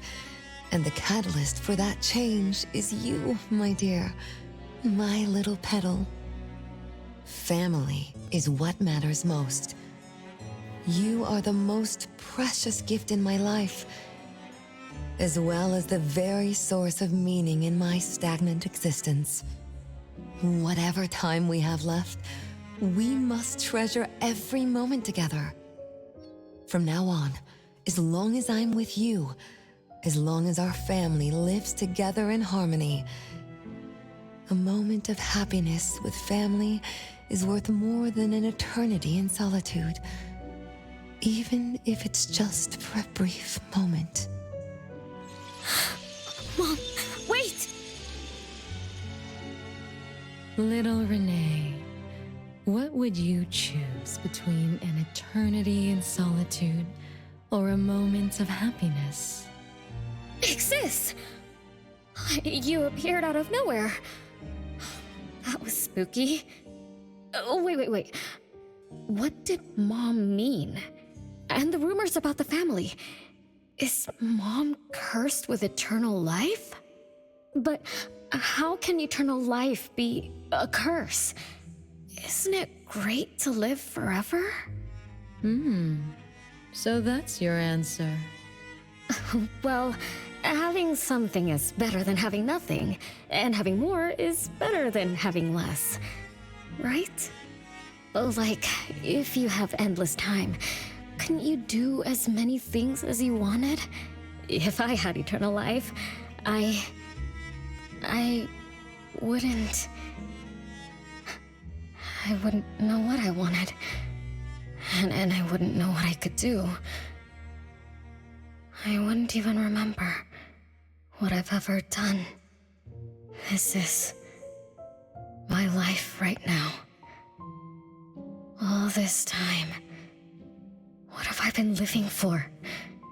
Days with nothing to do, with no meaning, and with no end in sight. So that's why it's a curse. Poor Petal. It seems that even after forgetting us, you still haven't found what you desired. Or was the kind of happiness you were looking for nothing but drifting through life in a daze, barely conscious? No, I didn't forget you on purpose, Big Sis. It's not like that. Little one, you self-contradict and don't act as you say. But I believe you, because you've already paid the price. Just like your first answer, you made a choice before. That choice allowed you to return here by yourself, but it also made you forget everything, including us. You're saying Renee chose eternal life, like Lady Dolores. What do you mean? Me? Eternal life? No way. Did I? But what about you, Big Sis? Mom? Are you all alive? At least you weren't made into puppets. Thank goodness. Renee, you basically forgot everything about us. Mother, the one who gave us life, loved you so much. She used a picture of you as her bookmark. When she read before bedtime, her gaze would always drift towards your smiling face. Every little thing about you, your quirks, your habits, your childish nonsense, she remembered it all. You were the only one she had in her eyes and in her heart, as if the rest of us didn't even exist. And we are the same way too. Mother, Elliot, Teresa, everyone is waiting for you. Won't you come see them? Mom and the other siblings? Everyone's waiting for me?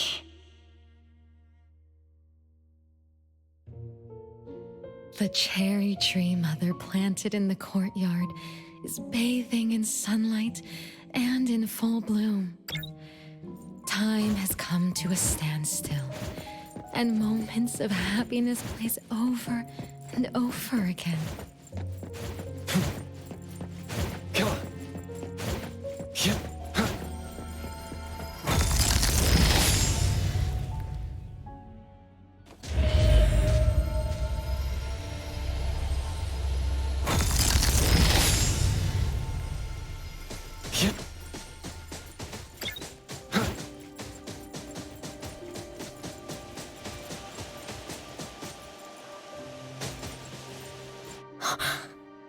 It's the same tree from before.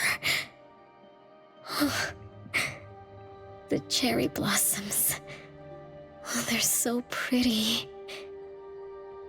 Back then, when I was looking up at this tree, I suddenly wanted to pick the most beautiful branch for Big Sis. I thought she'd definitely look pretty with cherry blossoms in her hair. So I reached for that branch as far as I could. But I lost my grip and fell from the tree. Then... oh, what happened after that?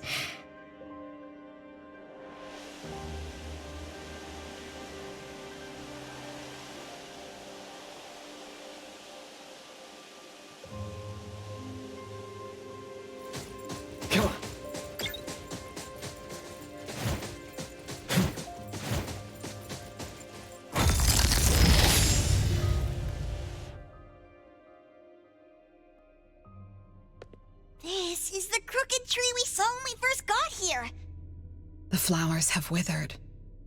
Just like the fate of the Dolores family. Be careful. Looks like we're not the only ones here for the flowers.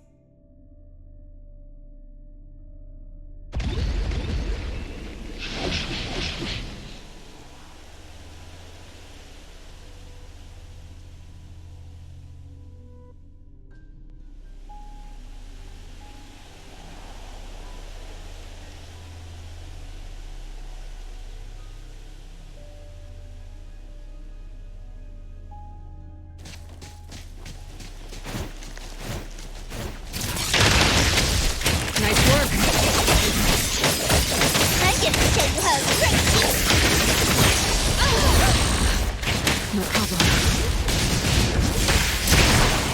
Nice work. I'm gonna show you how. I'm gonna show you how great teeth. Nice work.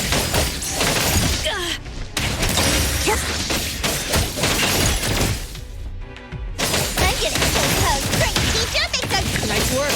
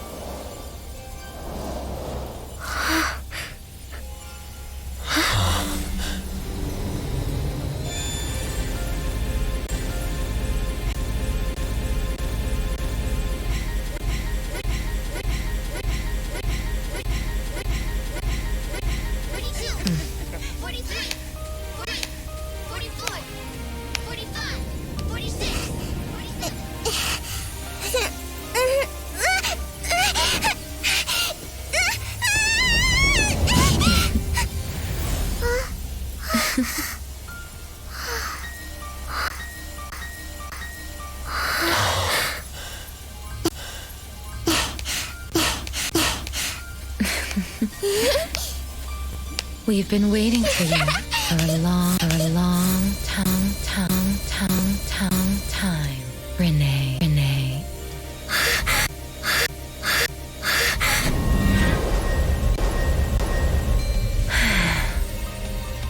Do you remember the reason we were born and the purpose we must serve?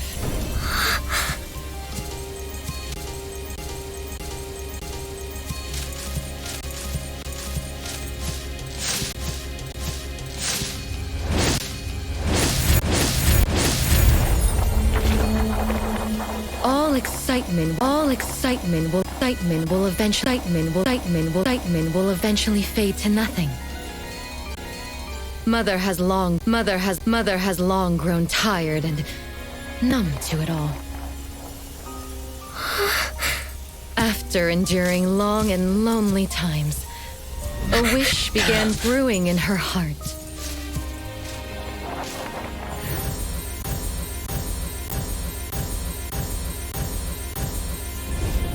We thus awoke to the blazing call of Mother's heart, and came to her side. We swore with our very existence that Mother would never be alone again, never be alone again. Surrounded by her children, Mother found the companionship and happiness she had longed for. But she didn't stop. She kept yearning for more. Because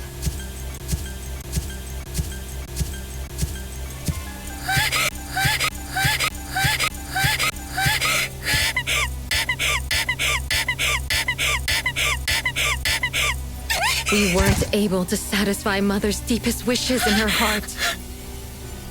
However, our mother's wish was mother's wish was never fulfilled. Never fulfilled.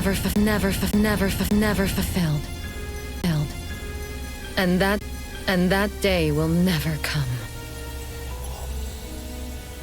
The last child to wake up, the most beloved of all, brought nothing to Mother and this family but curses, betrayal, and destruction.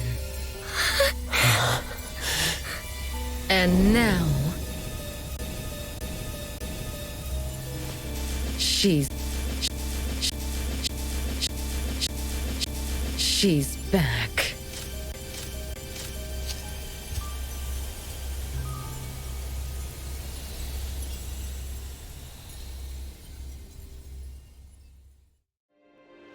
Do you remember about the time our family spent here? From the very beginning, we were just wooden puppets sleeping in Mother's box. We opened our eyes in response to her deepest wishes. We answered her calling from the depths of her heart. Teresa, Elliot, Yvette. One by one, the children woke up and gave everything they got to put a smile on Mother's face. Those names are the same as the puppets found by the Bureau. This was Mother's miracle. She gave life to the wooden bodies of her puppet children. All of us shared Mother's gift of eternity. In return, we brought her laughter and companionship.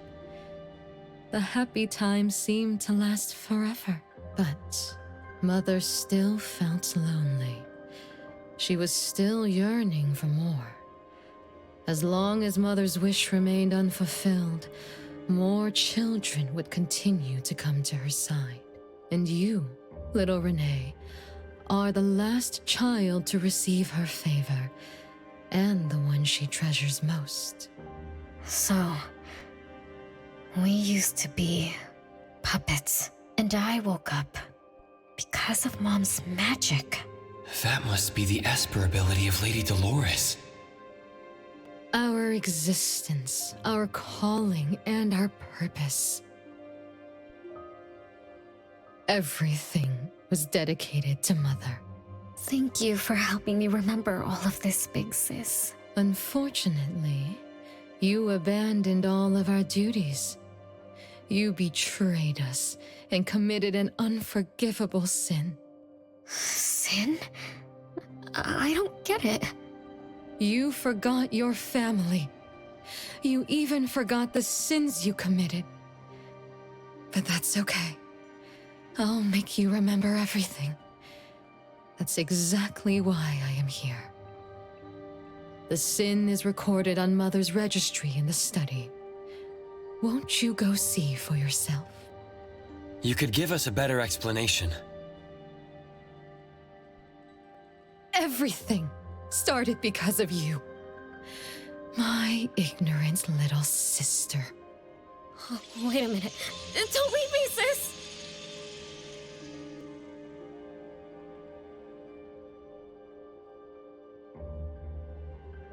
Renee, you're remembering something, right? Just like what Bella said, we're all puppets that woke up in response to Mom's wishes. We exist to keep Mom company. I remember many, many things now.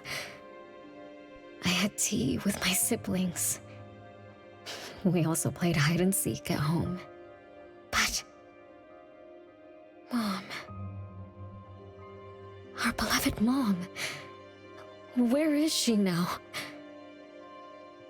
Why am I the only one alive by myself? Where did they... We'll have to check the study.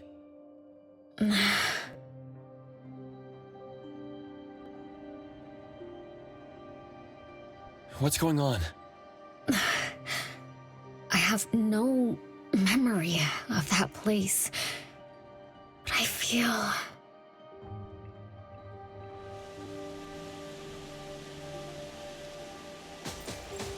Come on.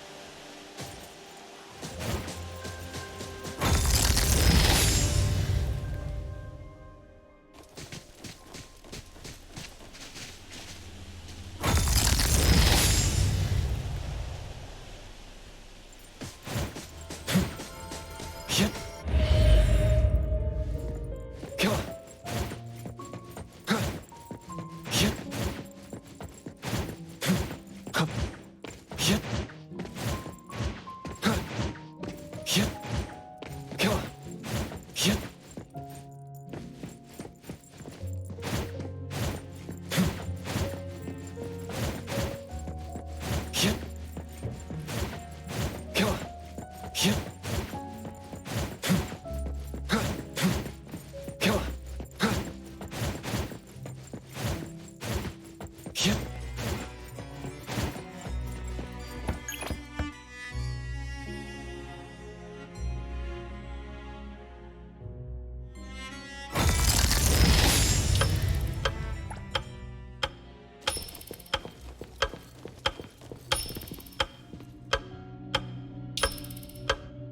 no way a crappy door can stop Master and the Ichidaime! This is the only locked room in the whole place!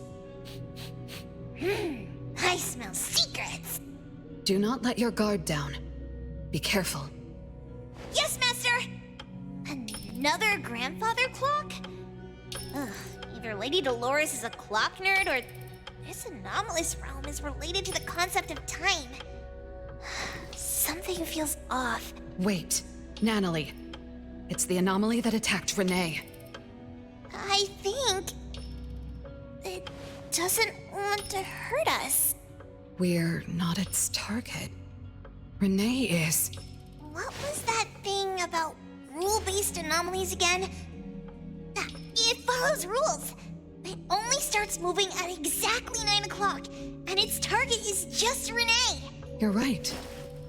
Even if we attack it now, it'd likely be as futile as last night. If Blackbird is right, it only nullifies itself after completing its mission. It's getting closer to 9 o'clock. We need to find Renee as fast as we can. I don't know where everyone else is. I hope she's not alone. Let's search the area first.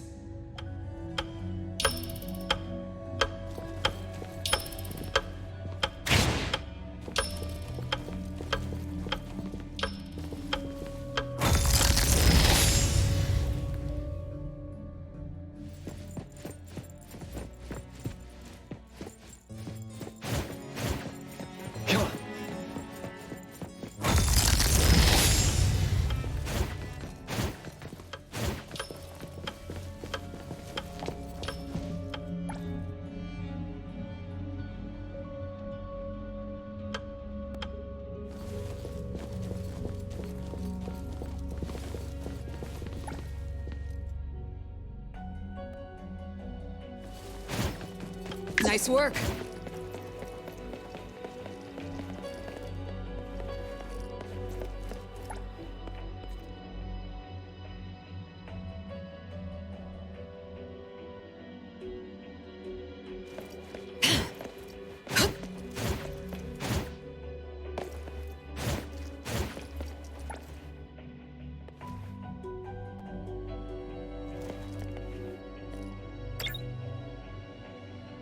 With so many siblings around, the house must be crowded, right? I wonder what it's like, playing and messing around with them every day. Master, do you have any siblings? Yes and no. I did once live in a garden with many sisters, but none of us were related by blood. Huh? If you're not related at all, why did you have to live together? Mother collected beautiful flowers as she saw fit. Of course, she was also a woman with no blood relation to any of us. That's so weird. Well, but isn't that not too different from the Constantine family? There are some similarities, but knowing the Constantines, I find it somewhat ironic that our mother and Dolores are complete opposites. I can sense Lady Dolores' sincere feelings as she cared for her children. Though they are puppets, she treated them as real children. In contrast, the other mother simply manipulated the children she collected into decorative pieces for her own fancy. Master, I don't know what was going on, but I'm glad that you got out of the garden. I think so too.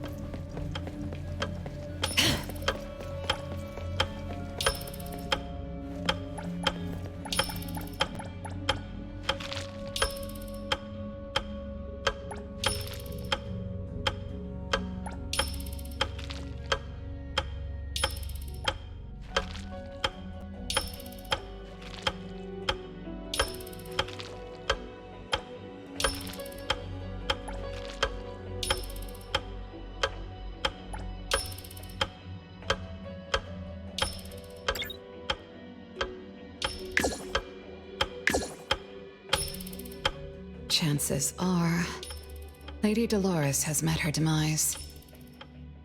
Only Renee's number is different. We won't let it turn into 0. Curse of eternal life, a fallen family, a blank tomorrow. Hints about time are all over the place. Could the numbers represent lifespan? Huh? Let's see. 20,000 days is roughly 50 years. Blackbird also said that the family was gone for about half a century. Wait, does this mean 50 years ago? Renee should have...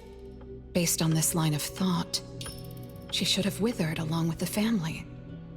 But for some reason, Renee still exists in this world. So as the days go by, she's just... racking up life debt? If the debt collector abides by the laws of nature, then I believe you're right. All creatures abide by the laws of nature. Birth, aging, sickness, and death. Those who defy them must pay a price. Even espers with near infinite lifespans pay a price when they gain their abilities. Renee, what price did you have to pay? Why did your life freeze 50 years ago, instead of reach its end? The debt collector must be hunting you because the laws of nature require your removal. So the puppets at the Bureau, they were Renee's family? Removed by the debt collector?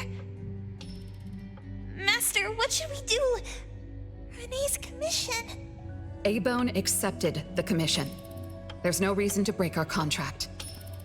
I'll do my best.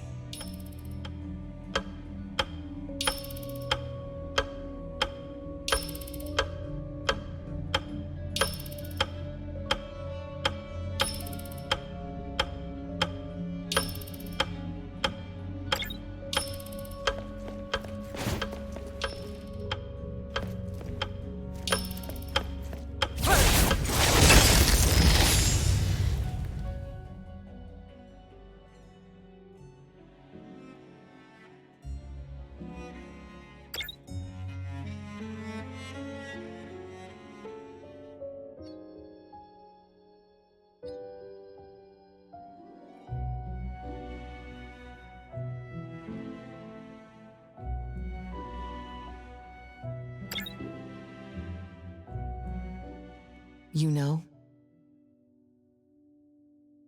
Yes, Mother. Even though you never allowed us to enter the study and never let us touch the registry, I understand. All the siblings, except for Renee, can hear the approaching footsteps of death. Each day we spend with you brings us one day closer to the end. Each day we dispel your solitude takes away another day from us. Isn't that so? It shouldn't be like this. As your creations, we are willing to warm your empty heart forever and bring you to the happiness you long for until you no longer need us. But she ruined all of this.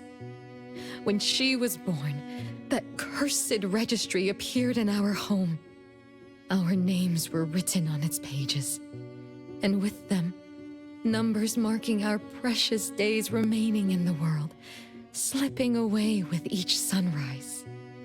When Renee was born along with the curse, we realized the countdown began to tick steadily, and we knew all too well that our magic will fade away. There aren't many remaining days for us to serve you. In our final moments, we want to do everything we can to make you happy. But Mother, we don't understand. Why are your eyes solely fixed on Renee?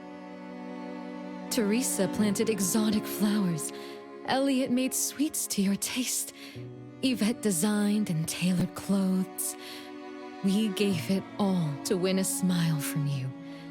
Yet what we receive is but a blind eye. Renee is the worst of us all.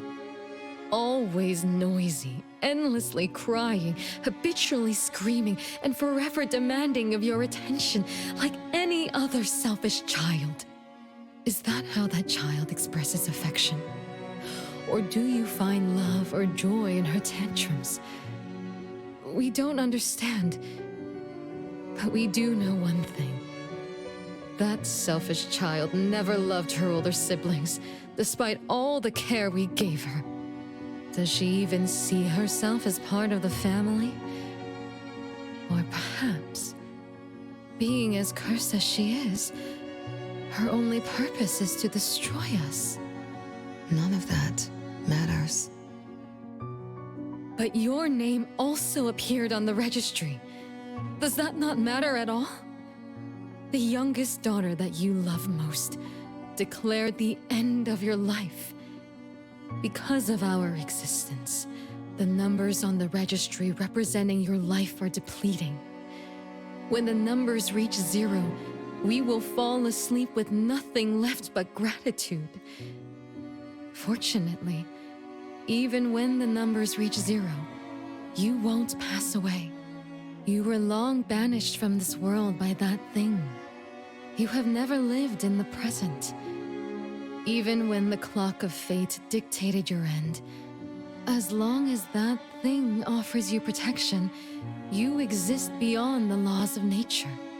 Yesterdays, todays, and countless tomorrows are all but the present to you, as you were forever frozen at that moment that thing took effect. Beyond that point, time no longer works on you. In the endless nightmares she brought upon us, this is the only thing we are thankful for. The malicious curse will never harm you. But even so, I won't forgive that child. Ever. Bella, managing family affairs has drained you. I'm tired too. Doesn't someone need to spend time with that child later? I understand. As you wish, Mother. As long as this makes you happy and fulfills your final wish, we'll maintain the facade of harmony until that child's curse destroys us all. No. That can't be right. Did I curse my own family? Am I the bane of my family, causing its ruin? Did I steal Mom's love away from the other siblings? Did I even take away their lives? Look at you, denying that you ruined everything. Exactly like before. It shouldn't be like this. You're right, sis. But why me? I love you all from the bottom of my heart. Do you all hate me? If that's true, why were you waiting under the tree to catch me? Love-hate relations in this family are more complicated than you can imagine. But no matter how much you doubt it, you can't deny that everyone here has done so much for you. Teresa prepared gardening tools and took you to plant Mother's favorite flowers to surprise her. But what did you do? You barely scooped some dirt before rushing to Mother for praise. When Mother saw the cuts on your hands from fooling around, she scolded Teresa for giving you hard work. You ran around Elliot each day, saying you desperately wanted to grow as tall as he was, so he managed your diet and made sure you drank milk. But you, just because he worried you'd get cavities and hid the candy jar on a high shelf, you complained to Mother that your brother was giving you a harsh diet. Every time you fell and tore your clothes, someone would mend them meticulously. Nevertheless, you always ignored their efforts and pestered Mother for new clothes. Mother's wish was to have a harmonious family. We were all trying to fulfill that wish, trying not to ruin anything. It would have been so much easier to pretend and spoil you the way Mother did. We could have created the harmonious family Mother wanted, even if it was just a facade. That would have sufficed.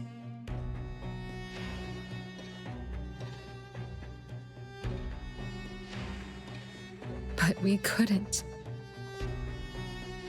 Even after all your mistakes, we couldn't help but love you like real family. You were our most precious little girl. However, in the face of death, in the face of the curse you brought upon us, even the most sincere love wears out. From the moment you were born, we've been shrouded in the shadow of your curse. The most unforgivable thing is, Mother, she who brought us into the world, was the one to pay the ultimate price.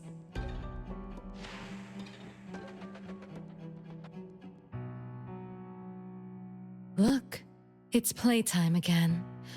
Your favorite game of hide and seek. You were always the worst at hiding. Anyone could find you easily. You were bad at hiding, but worse when you were it. Once, you turned the house upside down and still couldn't find anyone. I remember. It was getting late, but the house was so quiet, so empty. I remembered the ghost stories you told me. I suddenly felt the paintings were staring at me, and the tables and chairs were slowly moving.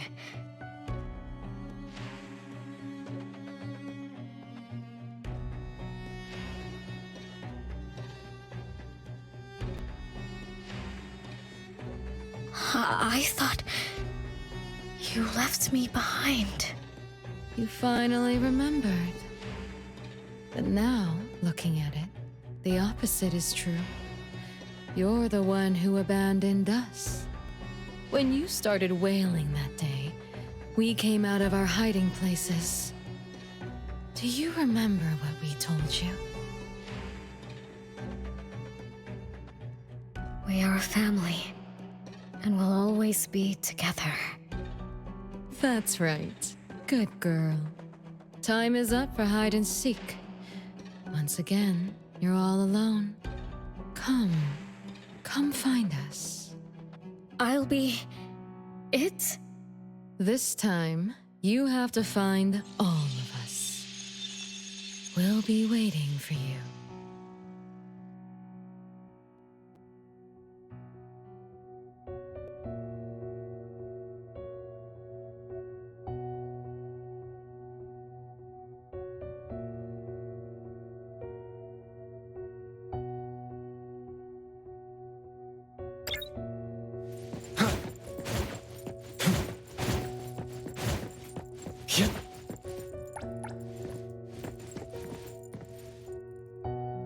It's a gift from Mom to all of us.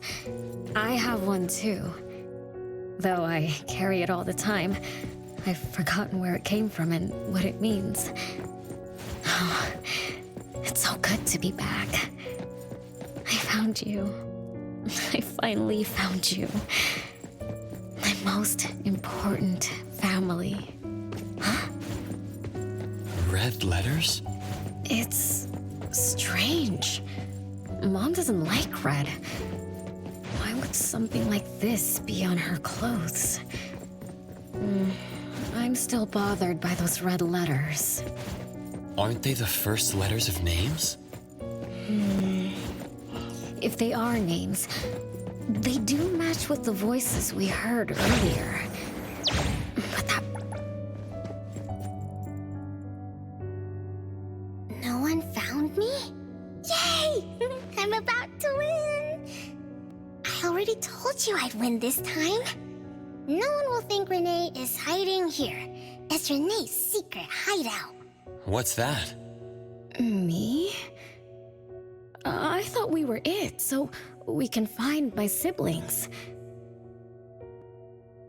But why is my childhood self here? Back then, who was actually it? Was it Mom? Wait a second. Are we really seeing the past?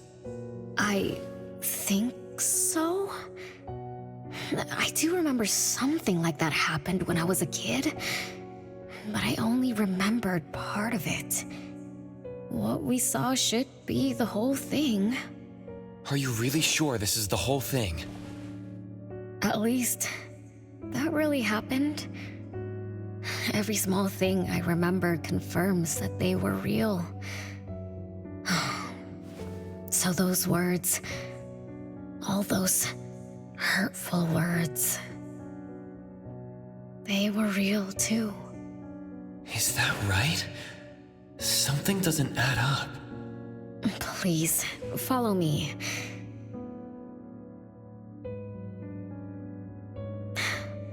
That's my hideout.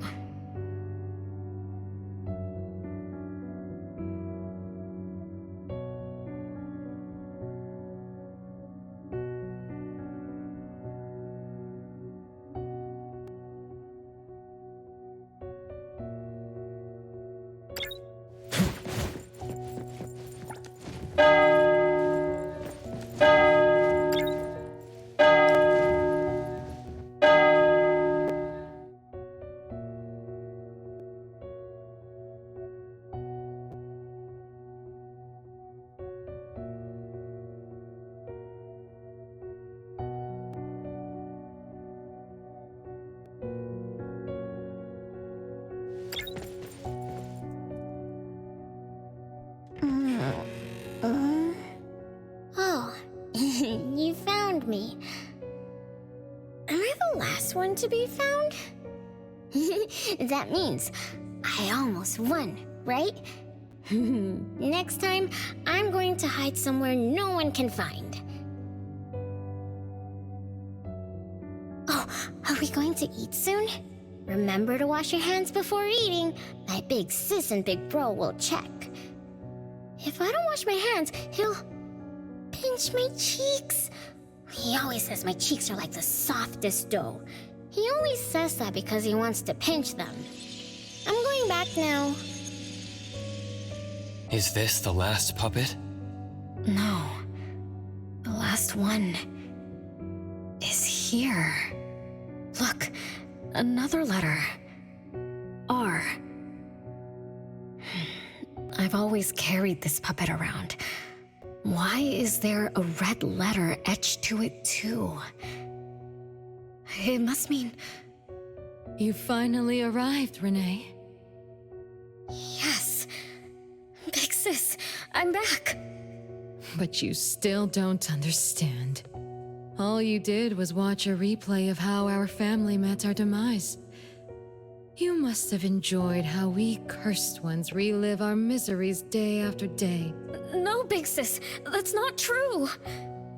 The audience, forgetting they were part of the play, denies their sins, as if forgetting would make it all go away. Have you ever wondered why you forgot this home? Forgot us? Were you forced to forget, or were you unwilling to look back?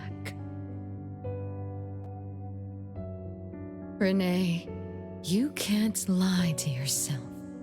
I forgot about the family. Because I was escaping the past? Looks like you've finally found the answer. Yes, I was born from your desire to escape everything. You left all the painful memories of home with me, so you could live carefree in your blissful ignorance. And I will forever call you back, trying to make you remember. You belong here. You belong to our family. So one day, you will knock on our door again.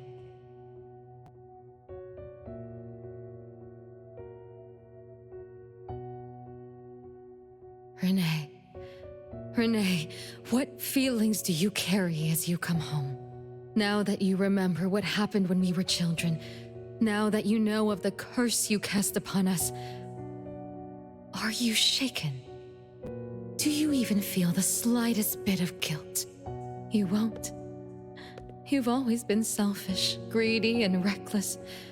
You betrayed the very purpose we were born to follow. To love Mother, to be with Mother, and exist only to fulfill her wishes.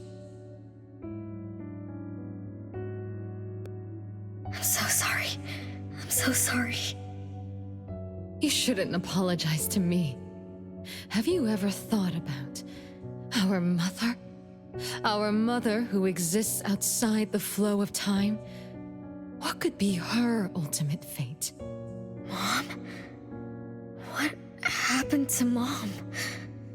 She gave you everything. All her love, all her life, and that thing. Her eternal present, which would have sustained Mother's immortality.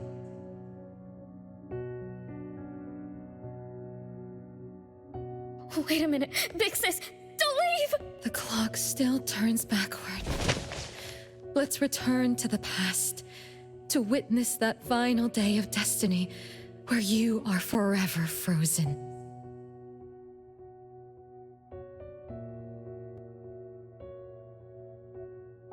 Come then, child of betrayal. I'll be waiting for you on the final stage.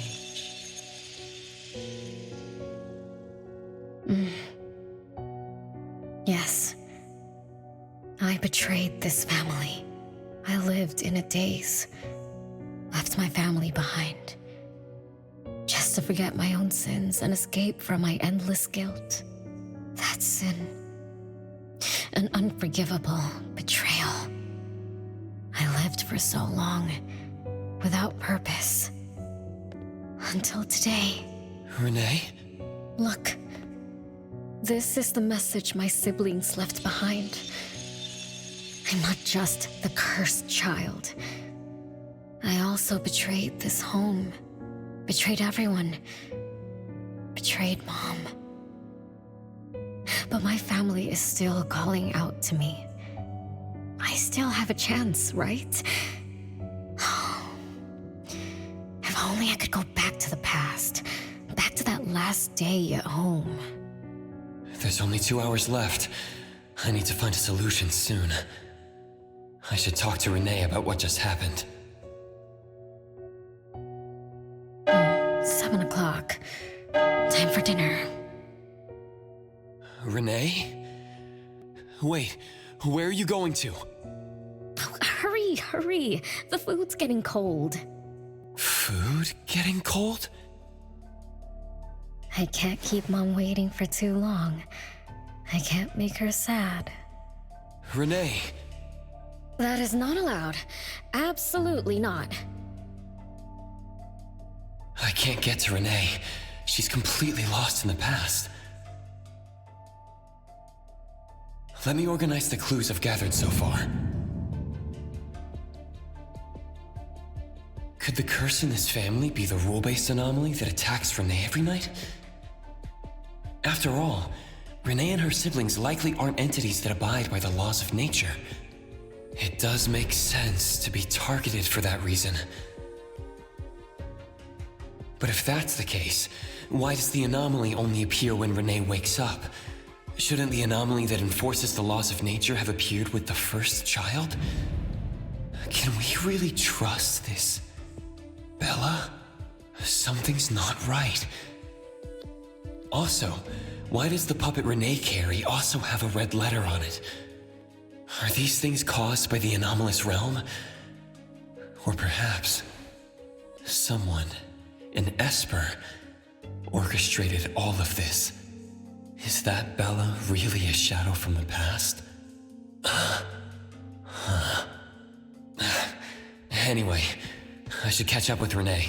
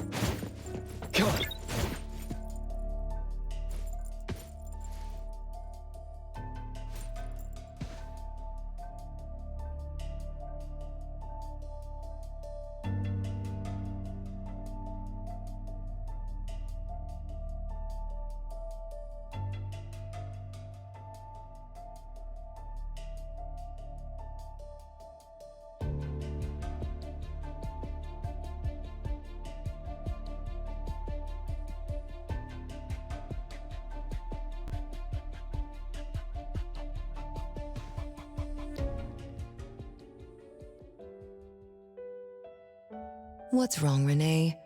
You haven't eaten much. Big Bro's cooking is great.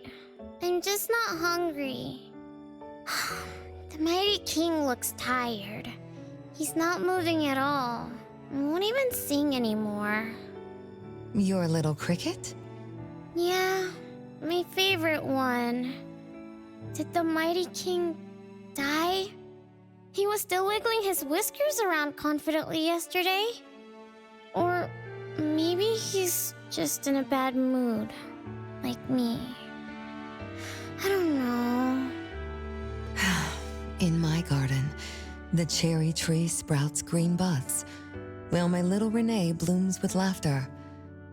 Each day, withered leaves drift down, returning to soil, resting peacefully with insects that will never sing again. Such is life, a circle without end. Don't be sad. You'll catch new crickets with shinier shells and better songs. But I want to play with the Mighty King.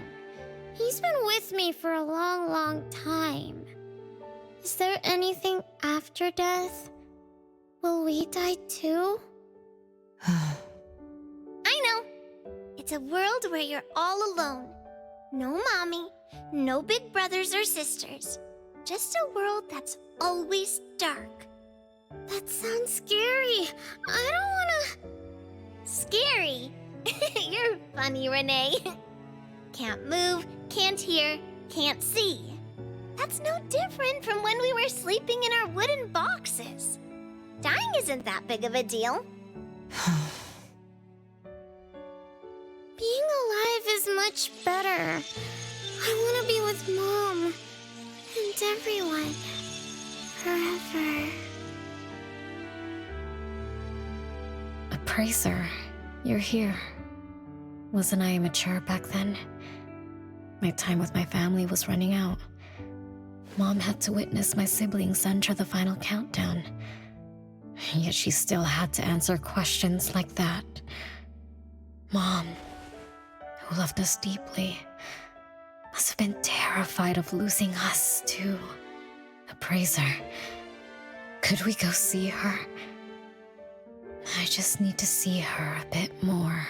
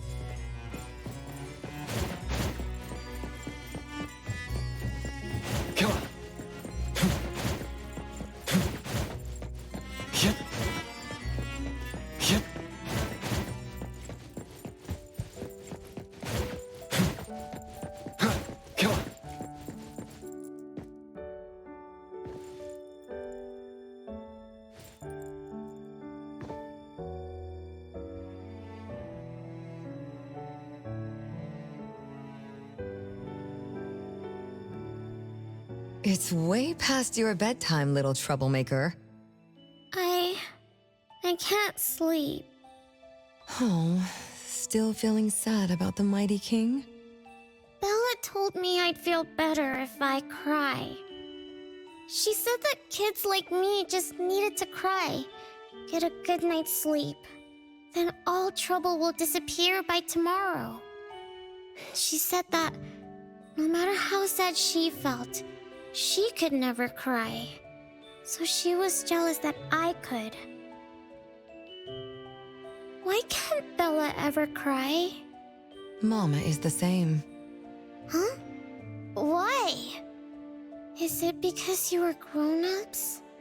Because grown-ups are strong? Mom and Sis work so hard for every chore in the house. I want to grow up soon to help you. I'll grow as tall as Mom wants. Oh, if you want to grow tall soon, you can't be picky about food. No, I don't want to eat green peas.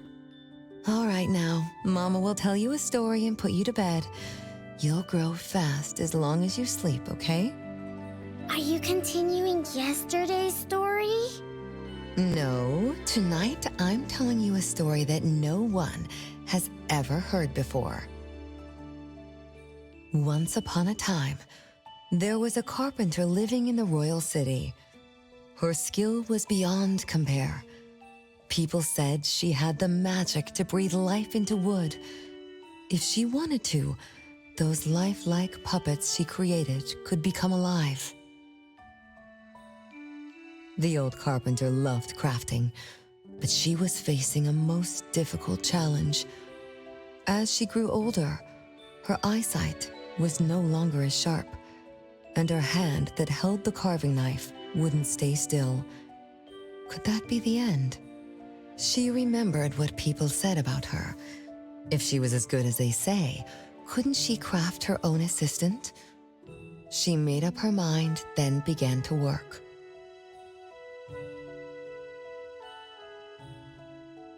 What should a perfect child, a real child, have?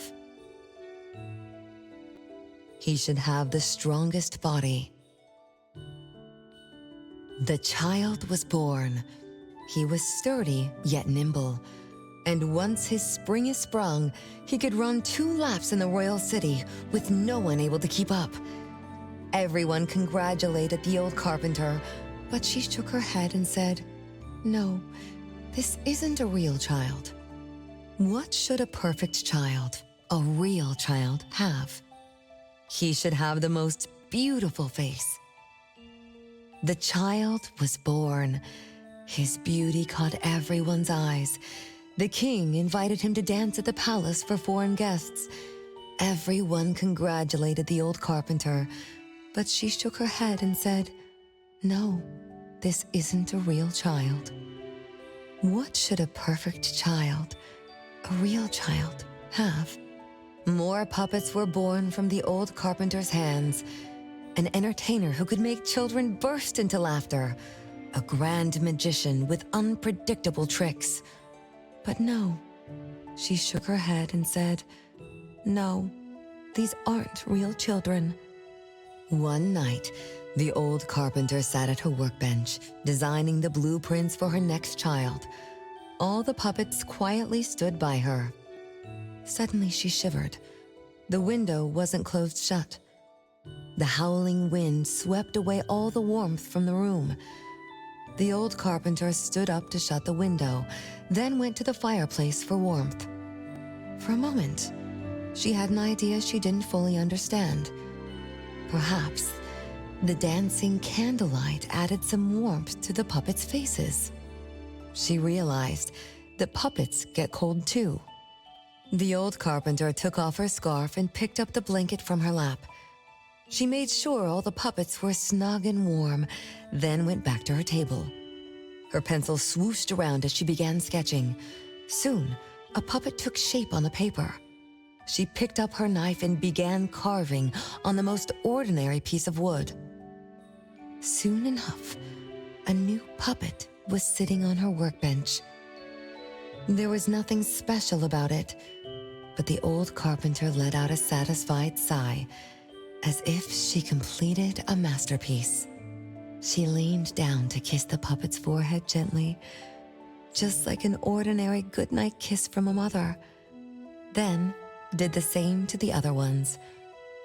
After that, the old carpenter went to bed and slept peacefully. The next morning, she woke up with someone kissing her forehead.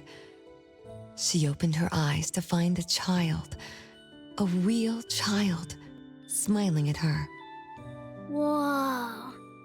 Why did the last puppet turn into a real child? What magic did the old carpenter use? What do you think? I understand. A little. But also don't get it at all. Is that so? It's okay. Oh, it's getting late. Good kids should be sleeping now.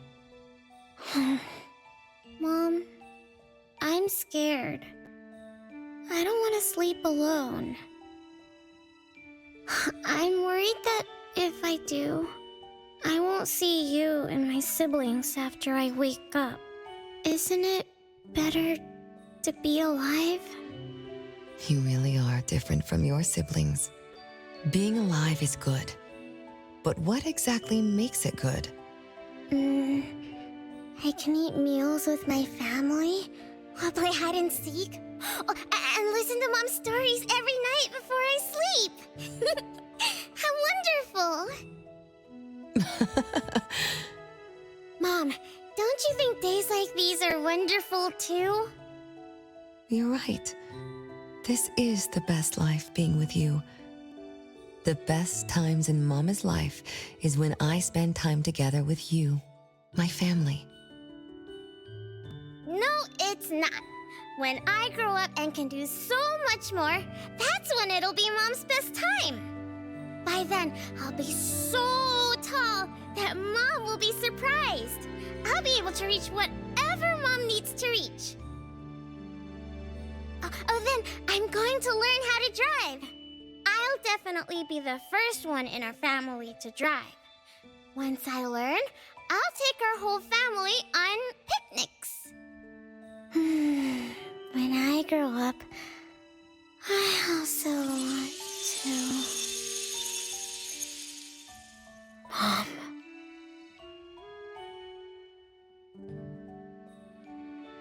Live. Live forever and ever. Do you remember now? That most selfish and greedy wish you made to our mother. With our death sentence, we should have turned back into puppets over 50 years ago. Have you ever wondered why you've been able to escape the debt collector until today? That's the secret that granted eternal life. The secret that froze Mother's body and soul at that very moment. And the price she paid for this eternal moment. Exiling herself out of the mortal world, living without worry or care, without joy or sorrow, without thought or feeling. She should have been enjoying her unmoving life, and we should have been nothing but puppets she made on a whim, with the sole purpose to serve as her children.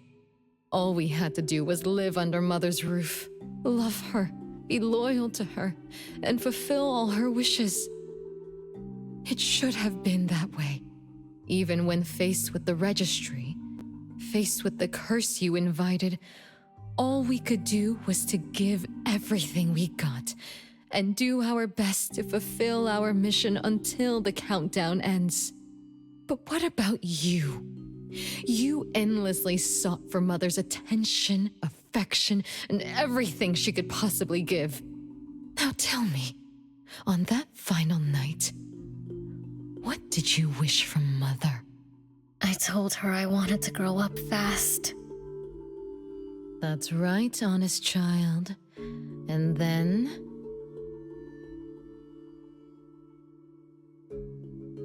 So, Mom gave it to me. Her eternal present. No! It shouldn't be like this! I didn't know! What have I done?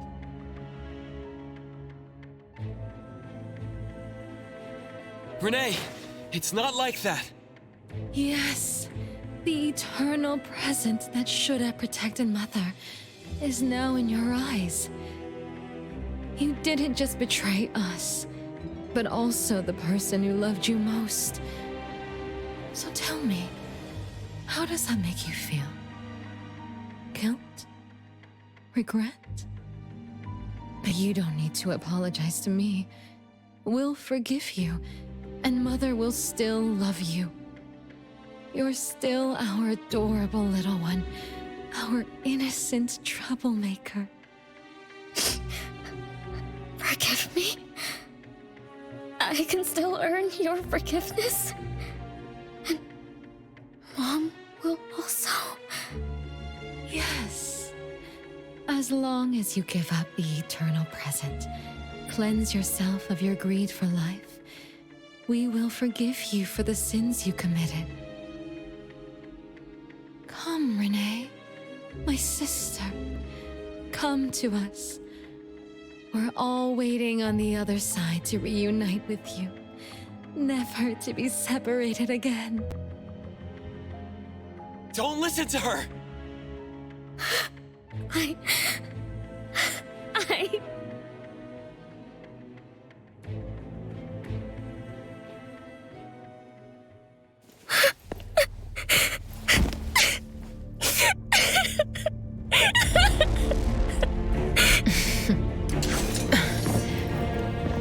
Who exactly are you?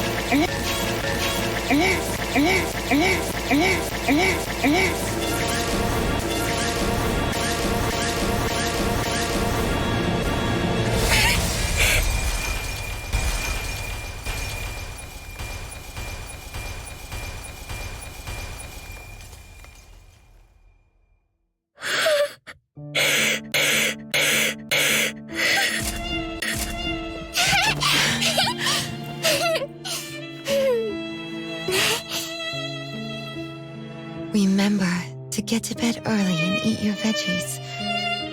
My little petal, petal, petal, petal, petal, petal, petal needs to grow up healthy and happy. Don't forget Mama after you grow up, okay? Grow up, okay?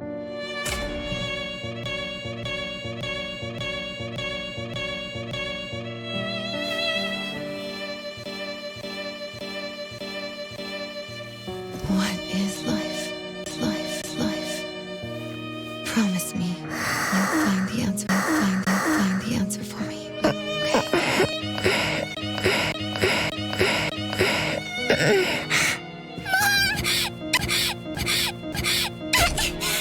you going?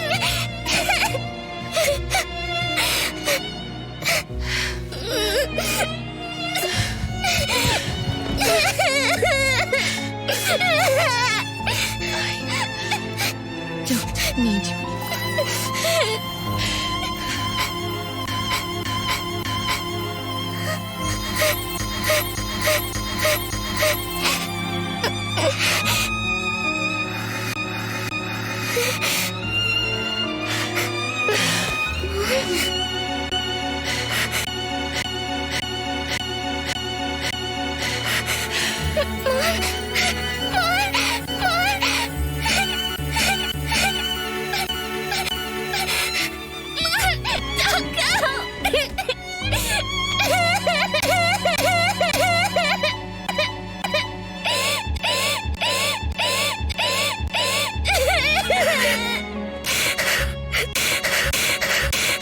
It's all my fault. It's all because of me, that mom. No. No. I don't want this.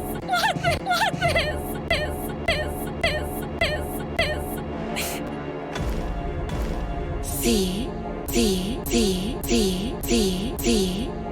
Now I can live forever.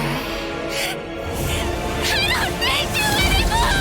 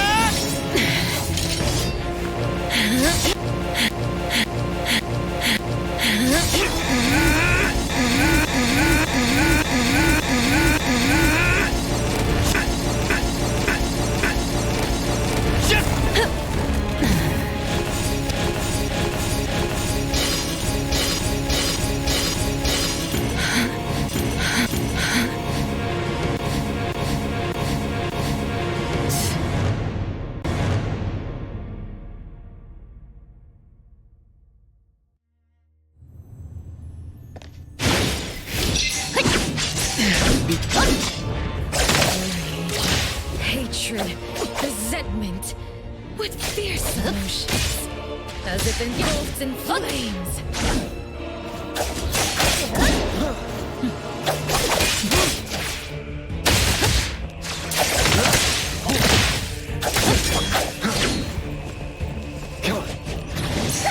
It's fine.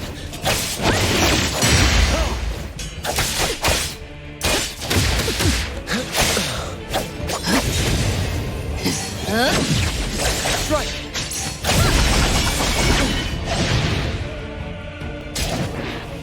Watch the timing.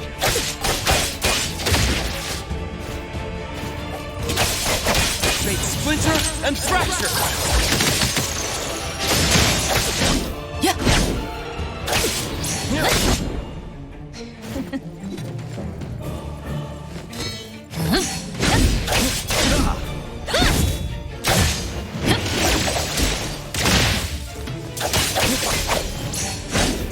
Be careful.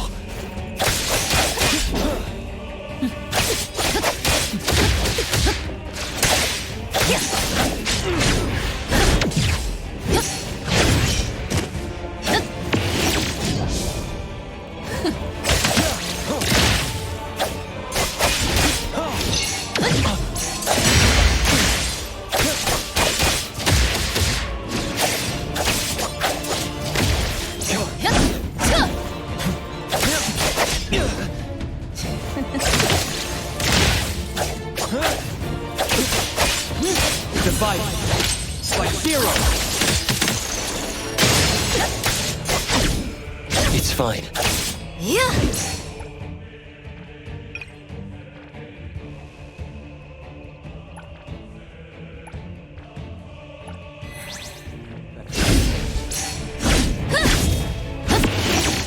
My mistake.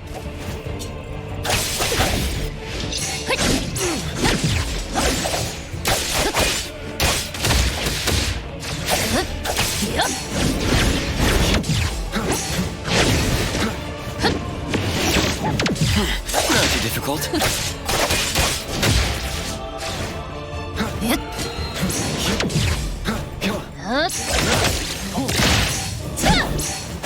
Feeling good.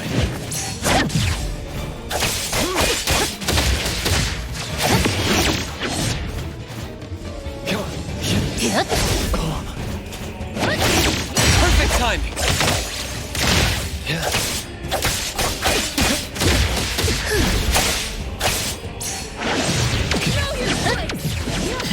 Not too difficult. Fate splinter and fracture.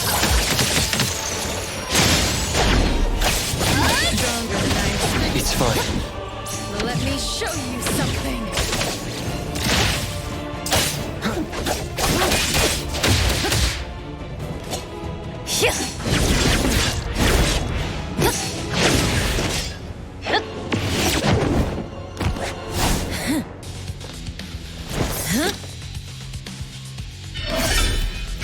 You're just a plaything in this illusory realm.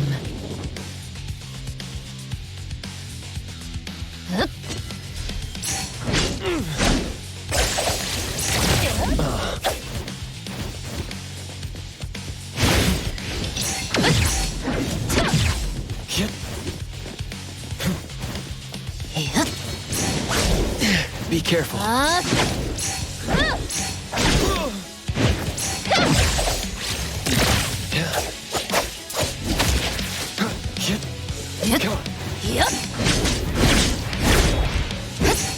It's fine.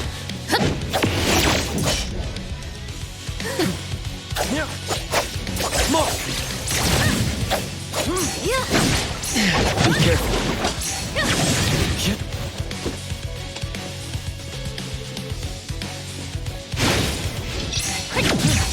Feeling good.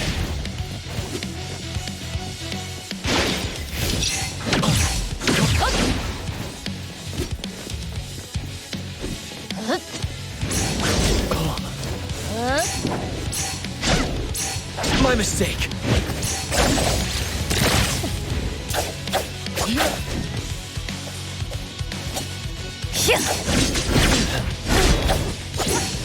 Wind's just right.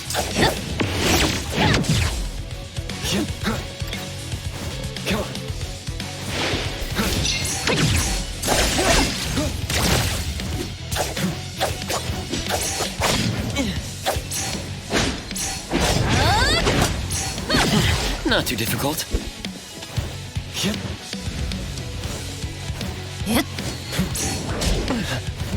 Engraved.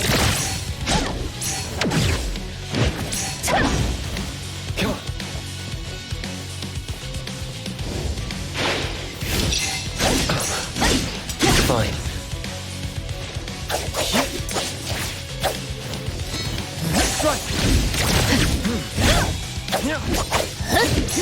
Watch the timing.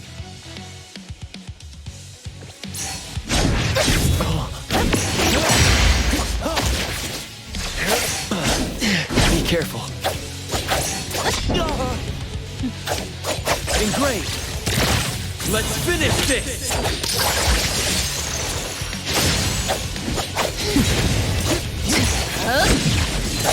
It's not over yet. It's fine.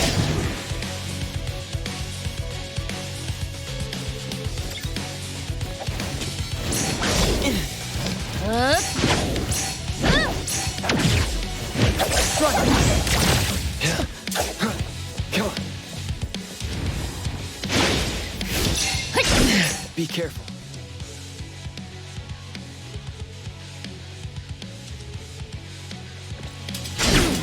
It's fine. Yep.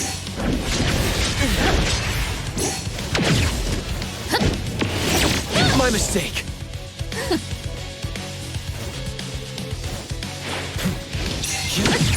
Feeling good.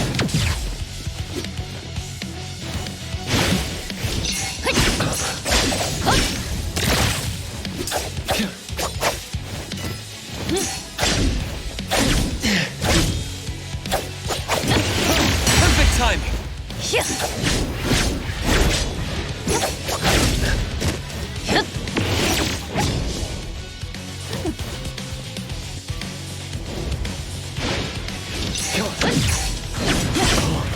Mark!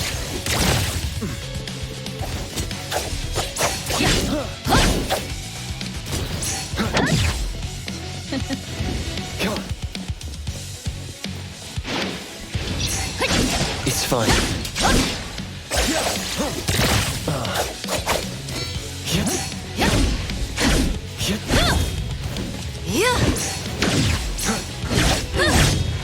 Be careful.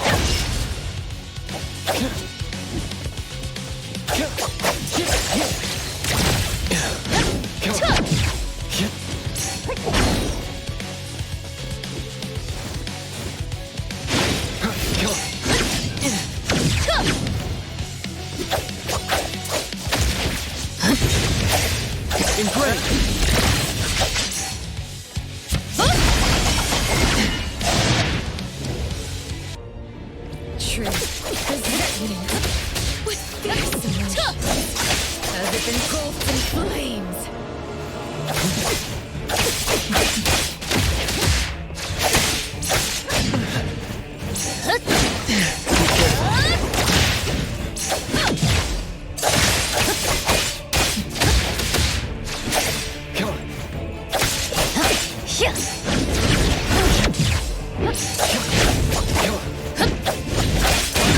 Let's finish this!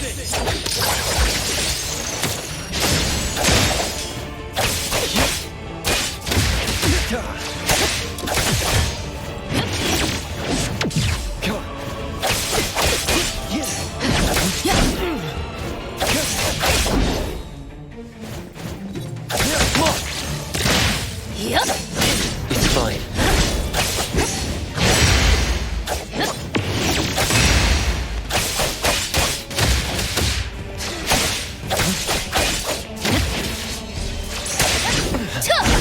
Be careful. Divide by 0. It's fine.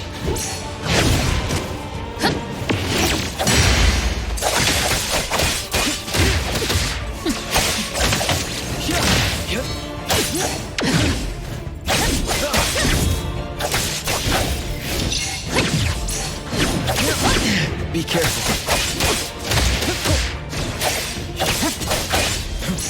It's fine.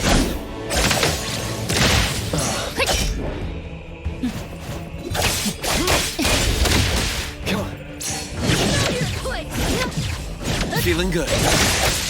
Fate splinter and fracture.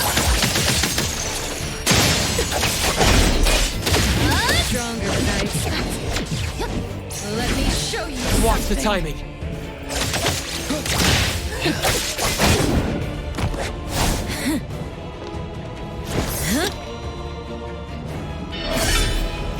You're just a plaything in this illusory realm.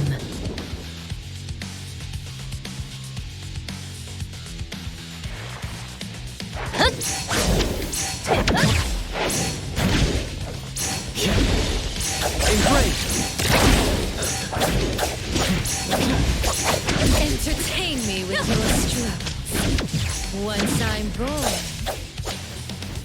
I'll bury you in this scarlet. My mistake.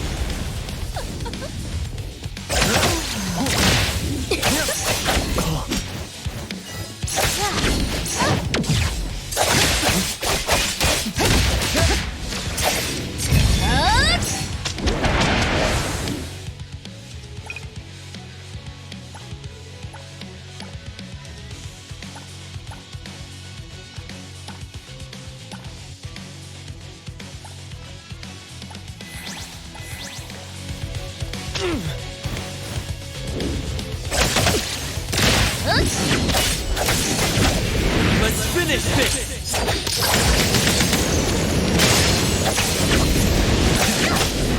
Be careful.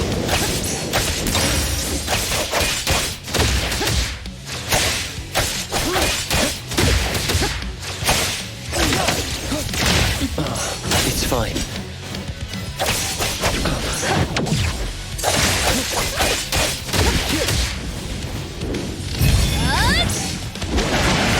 Perfect angle.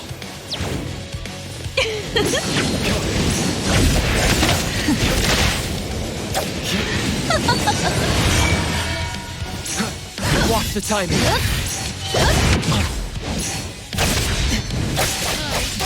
Divide. It's like 0.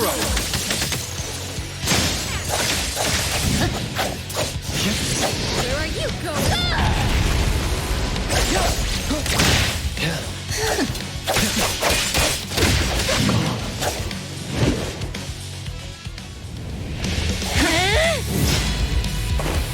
You. I won't let you do this! Such arrogance!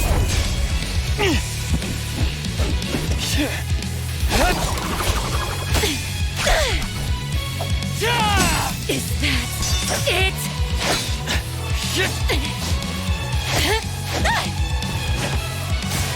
Come again! You win!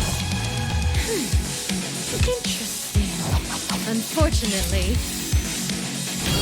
this is the end! Cower before me!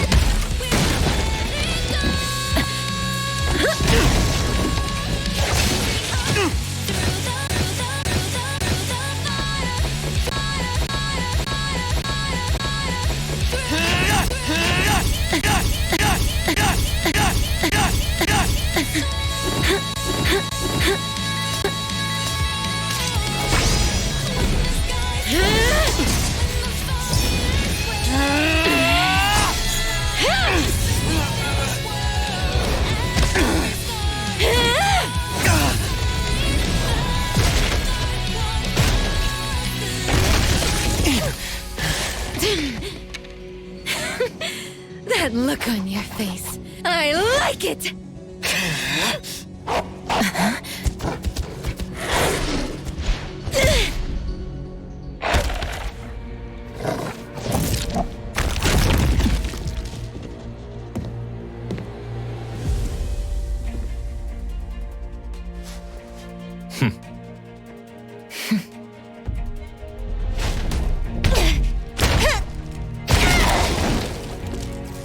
So you're the one behind all this! It's you.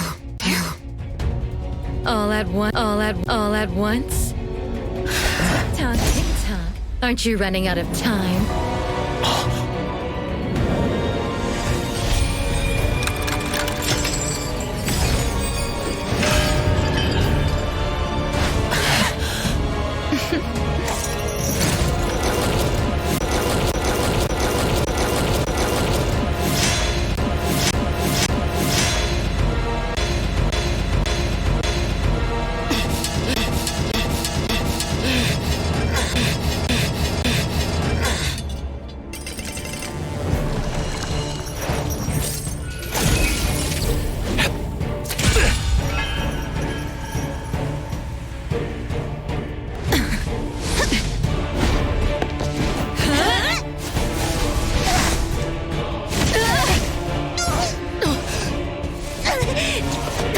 You're slower, Daffodil. Is this little cutie distracting you? I wonder when she dies, she'd be just as charming!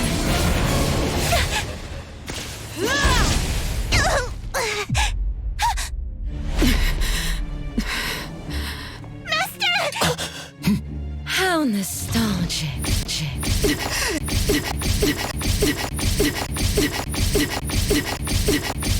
Sister.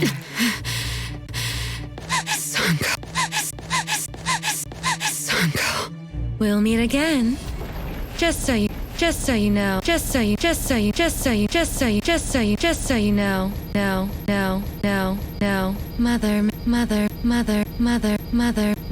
Mother misses you too.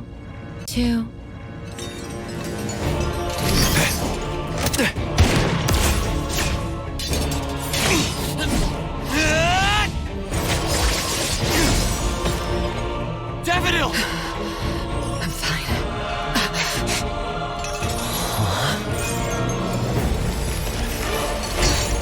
It's not over yet.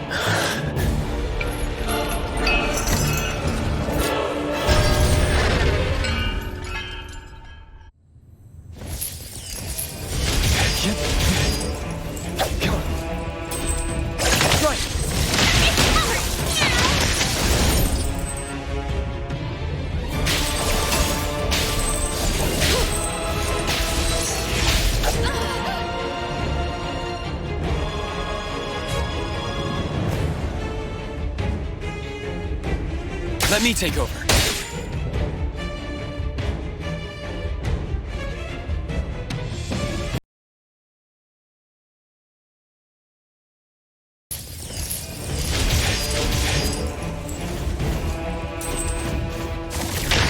Let me run.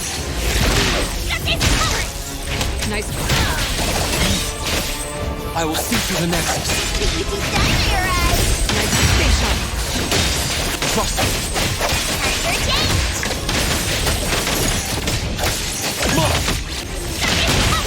Nice work. Let me take over.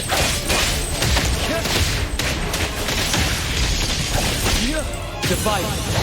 Like zero. Thunderbolt, solitaire.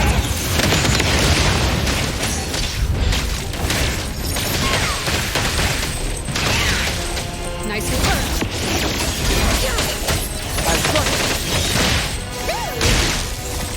Nice work. Thousand Eyes, awaken!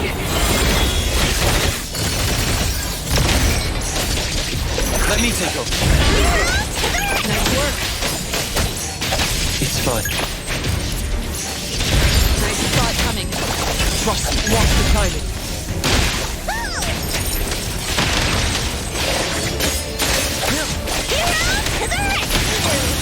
Nice work.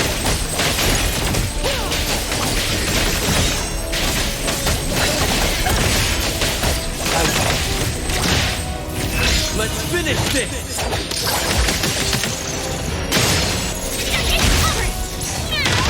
Everyone, follow my command!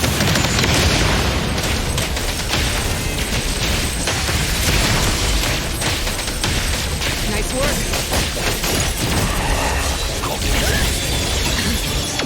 Let me take over.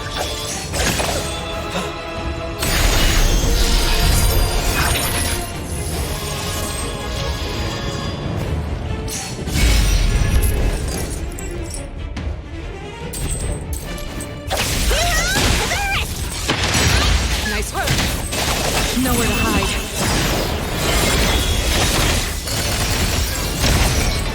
I will.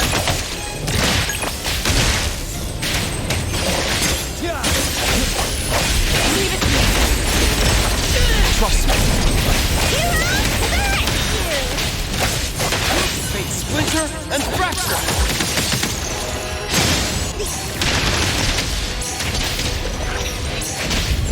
Thunderbolt, solitaire.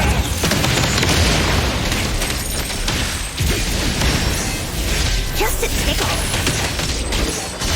Nice work, judgment. Let me.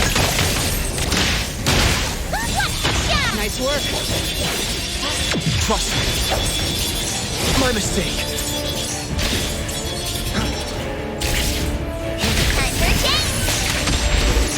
Nice work, no mercy.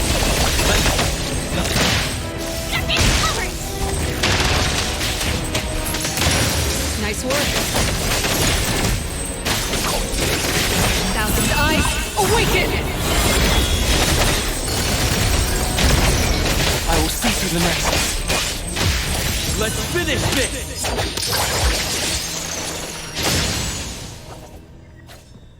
Is everyone okay? I'm fine. But Daffodil, are you okay? Master got hurt the worst. And it's all because of me. I'm fine, really. It's good that you're okay. Renee's unharmed too. Just dizzy from breaking free of the Anomaly spell. Unfortunately, Zanko got away. She is the core member of the criminal organization, the Scarlet Letter. And a report for the puppetization case. That's gonna be a lot of paperwork. Thanks to everyone from A-Bone. The Bureau will continue to investigate into the aftermath of the issue between the debt collector and the Constantine family. Tomorrow morning, I want those who know anything about the Scarlet Letter at the Bureau. We need to have a proper chat. Daffodil? I shouldn't need to fetch you at A-Bone, right? I see.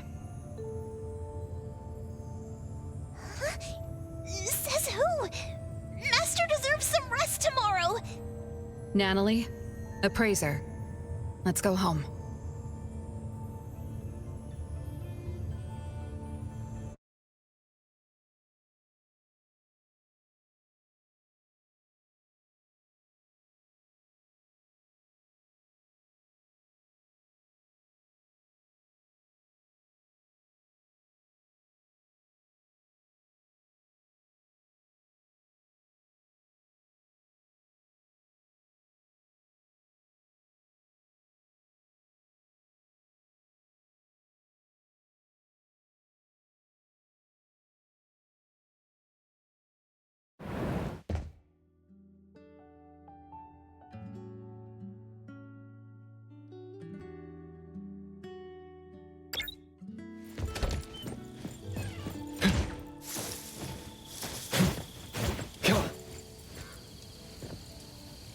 How are your wounds?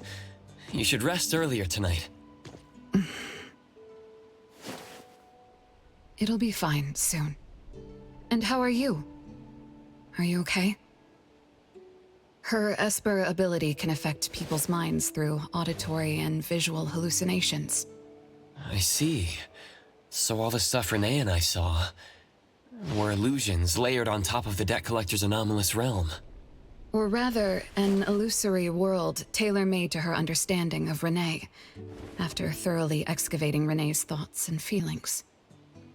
In other words, Zanko used her Esper ability to alter the family's history, making Renee believe she was responsible for her family's deaths, leading her to voluntarily give up her eternal present.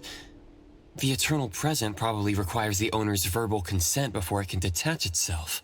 An anomaly that can grant its host immortality must be incredibly rare.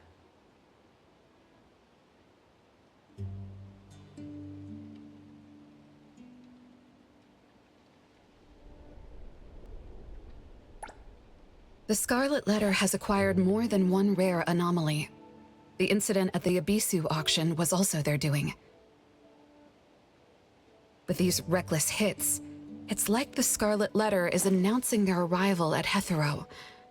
This is just what their leader, Madame T, will do to demonstrate her superiority.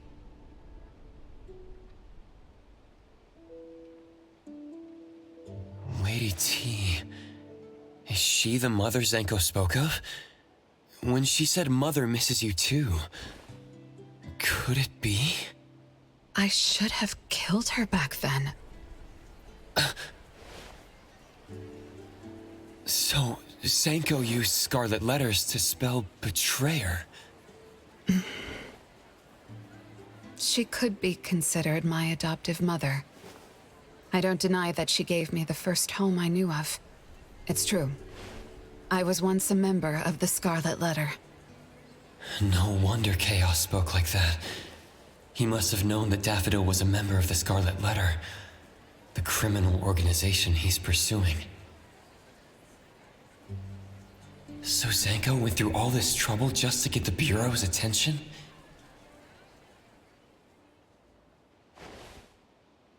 Hey, what matters now is that you're Daffodil from the A-Bone Antique Shop. Thank you. You're a good person. It's getting late. Good night, Appraiser.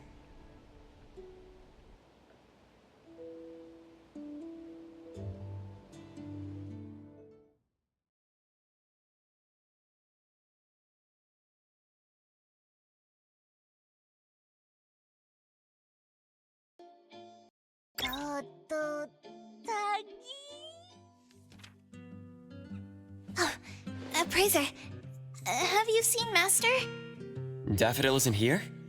She's been gone this morning, and hasn't come back. Maybe she is assisting the Bureau. For that long? We're here. The A-Bone Antique Shop. Appraiser, Anomaly. Good morning. Renee! How are you feeling? And this is? This is Linko from ETD 6.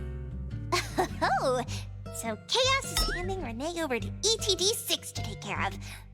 Hello there. Take care of? We were just going in the same direction. Linko also has something to do at A-Bone, so... Linko, you have some business here? Mm-hmm. I do have stuff to do. What are you up to? Business is already booming this early in the morning. How wonderful. What was I here for again? Tisk, you dummy! Don't tell me you forgot what you were supposed to do! Oh, right. The delivery. Thank you, Xiaojun. Whoa! What's this? I'm an evil... Xiaojun is my pet. Huh? I can control your body and eat wasabi if I want to, you know! Not hungry now. Linko, who are you looking for? I'm looking for... Found her. Another new face? Just joined ETD? Yes, the director told me to give you this. Oh my. I told them a simple bank transfer would be fine, but they went ahead and sent someone over. Fresh bills are always so nice to look at, though. I have delivered payment to the A-Bone Antique Shop. Director Alphard told me that the BAC will cover my commission fees, so that's what she meant. But I still wanted to stop by and thank you in person. Thank you, Appraiser, Anomaly, and... Daffodil's not here? Please send her my gratitude. Thanks to all of your help. I learned a lot in the past few days. I went through an amazing adventure. It was wonderful. But we couldn't stop Zanko from taking the Eternal Present. Lady Dolores left that for you, right? Must be something important. Yes. Mom gave it to me. It's a precious treasure that protects me from the debt collector. It froze my life on the day the countdown ended. My time stopped flowing, and I was forever living in the moments between death's arrival. I was tossed outside the flow of time and taken away from this world, where the years still pass and the seasons still change. For me, the eternal present negated the meaning of time. I gradually lost touch with my past and became unaware of everything happening around me. Every little thing in life that becomes precious because of the flow of time. In the end, I forgot what Mom and my siblings expected of me. I forgot why I was born and why I even existed. Until now. Was that really living? That was the secret, or rather, curse, of the eternal life Mom and I possessed. Mom was also affected. She found life dreadfully boring, So she hoped that our companionship would ease her eternal loneliness. It might have been fortunate for me to lose the eternal present, but honestly, I gained so much more. Most importantly, you helped me remember things from the past, and I finally found myself. That feels so great. I suppose I went through a rebirth, right? I'm so happy for you, Renee. What about the debt collector? Don't worry, I have a solution. Well, in addition, to make the most of this precious rebirth, I've decided to travel around the world. I'll probably leave Hethereau for a very, very long time. So for each and every day ahead, I wish you good morning, good afternoon, and good evening.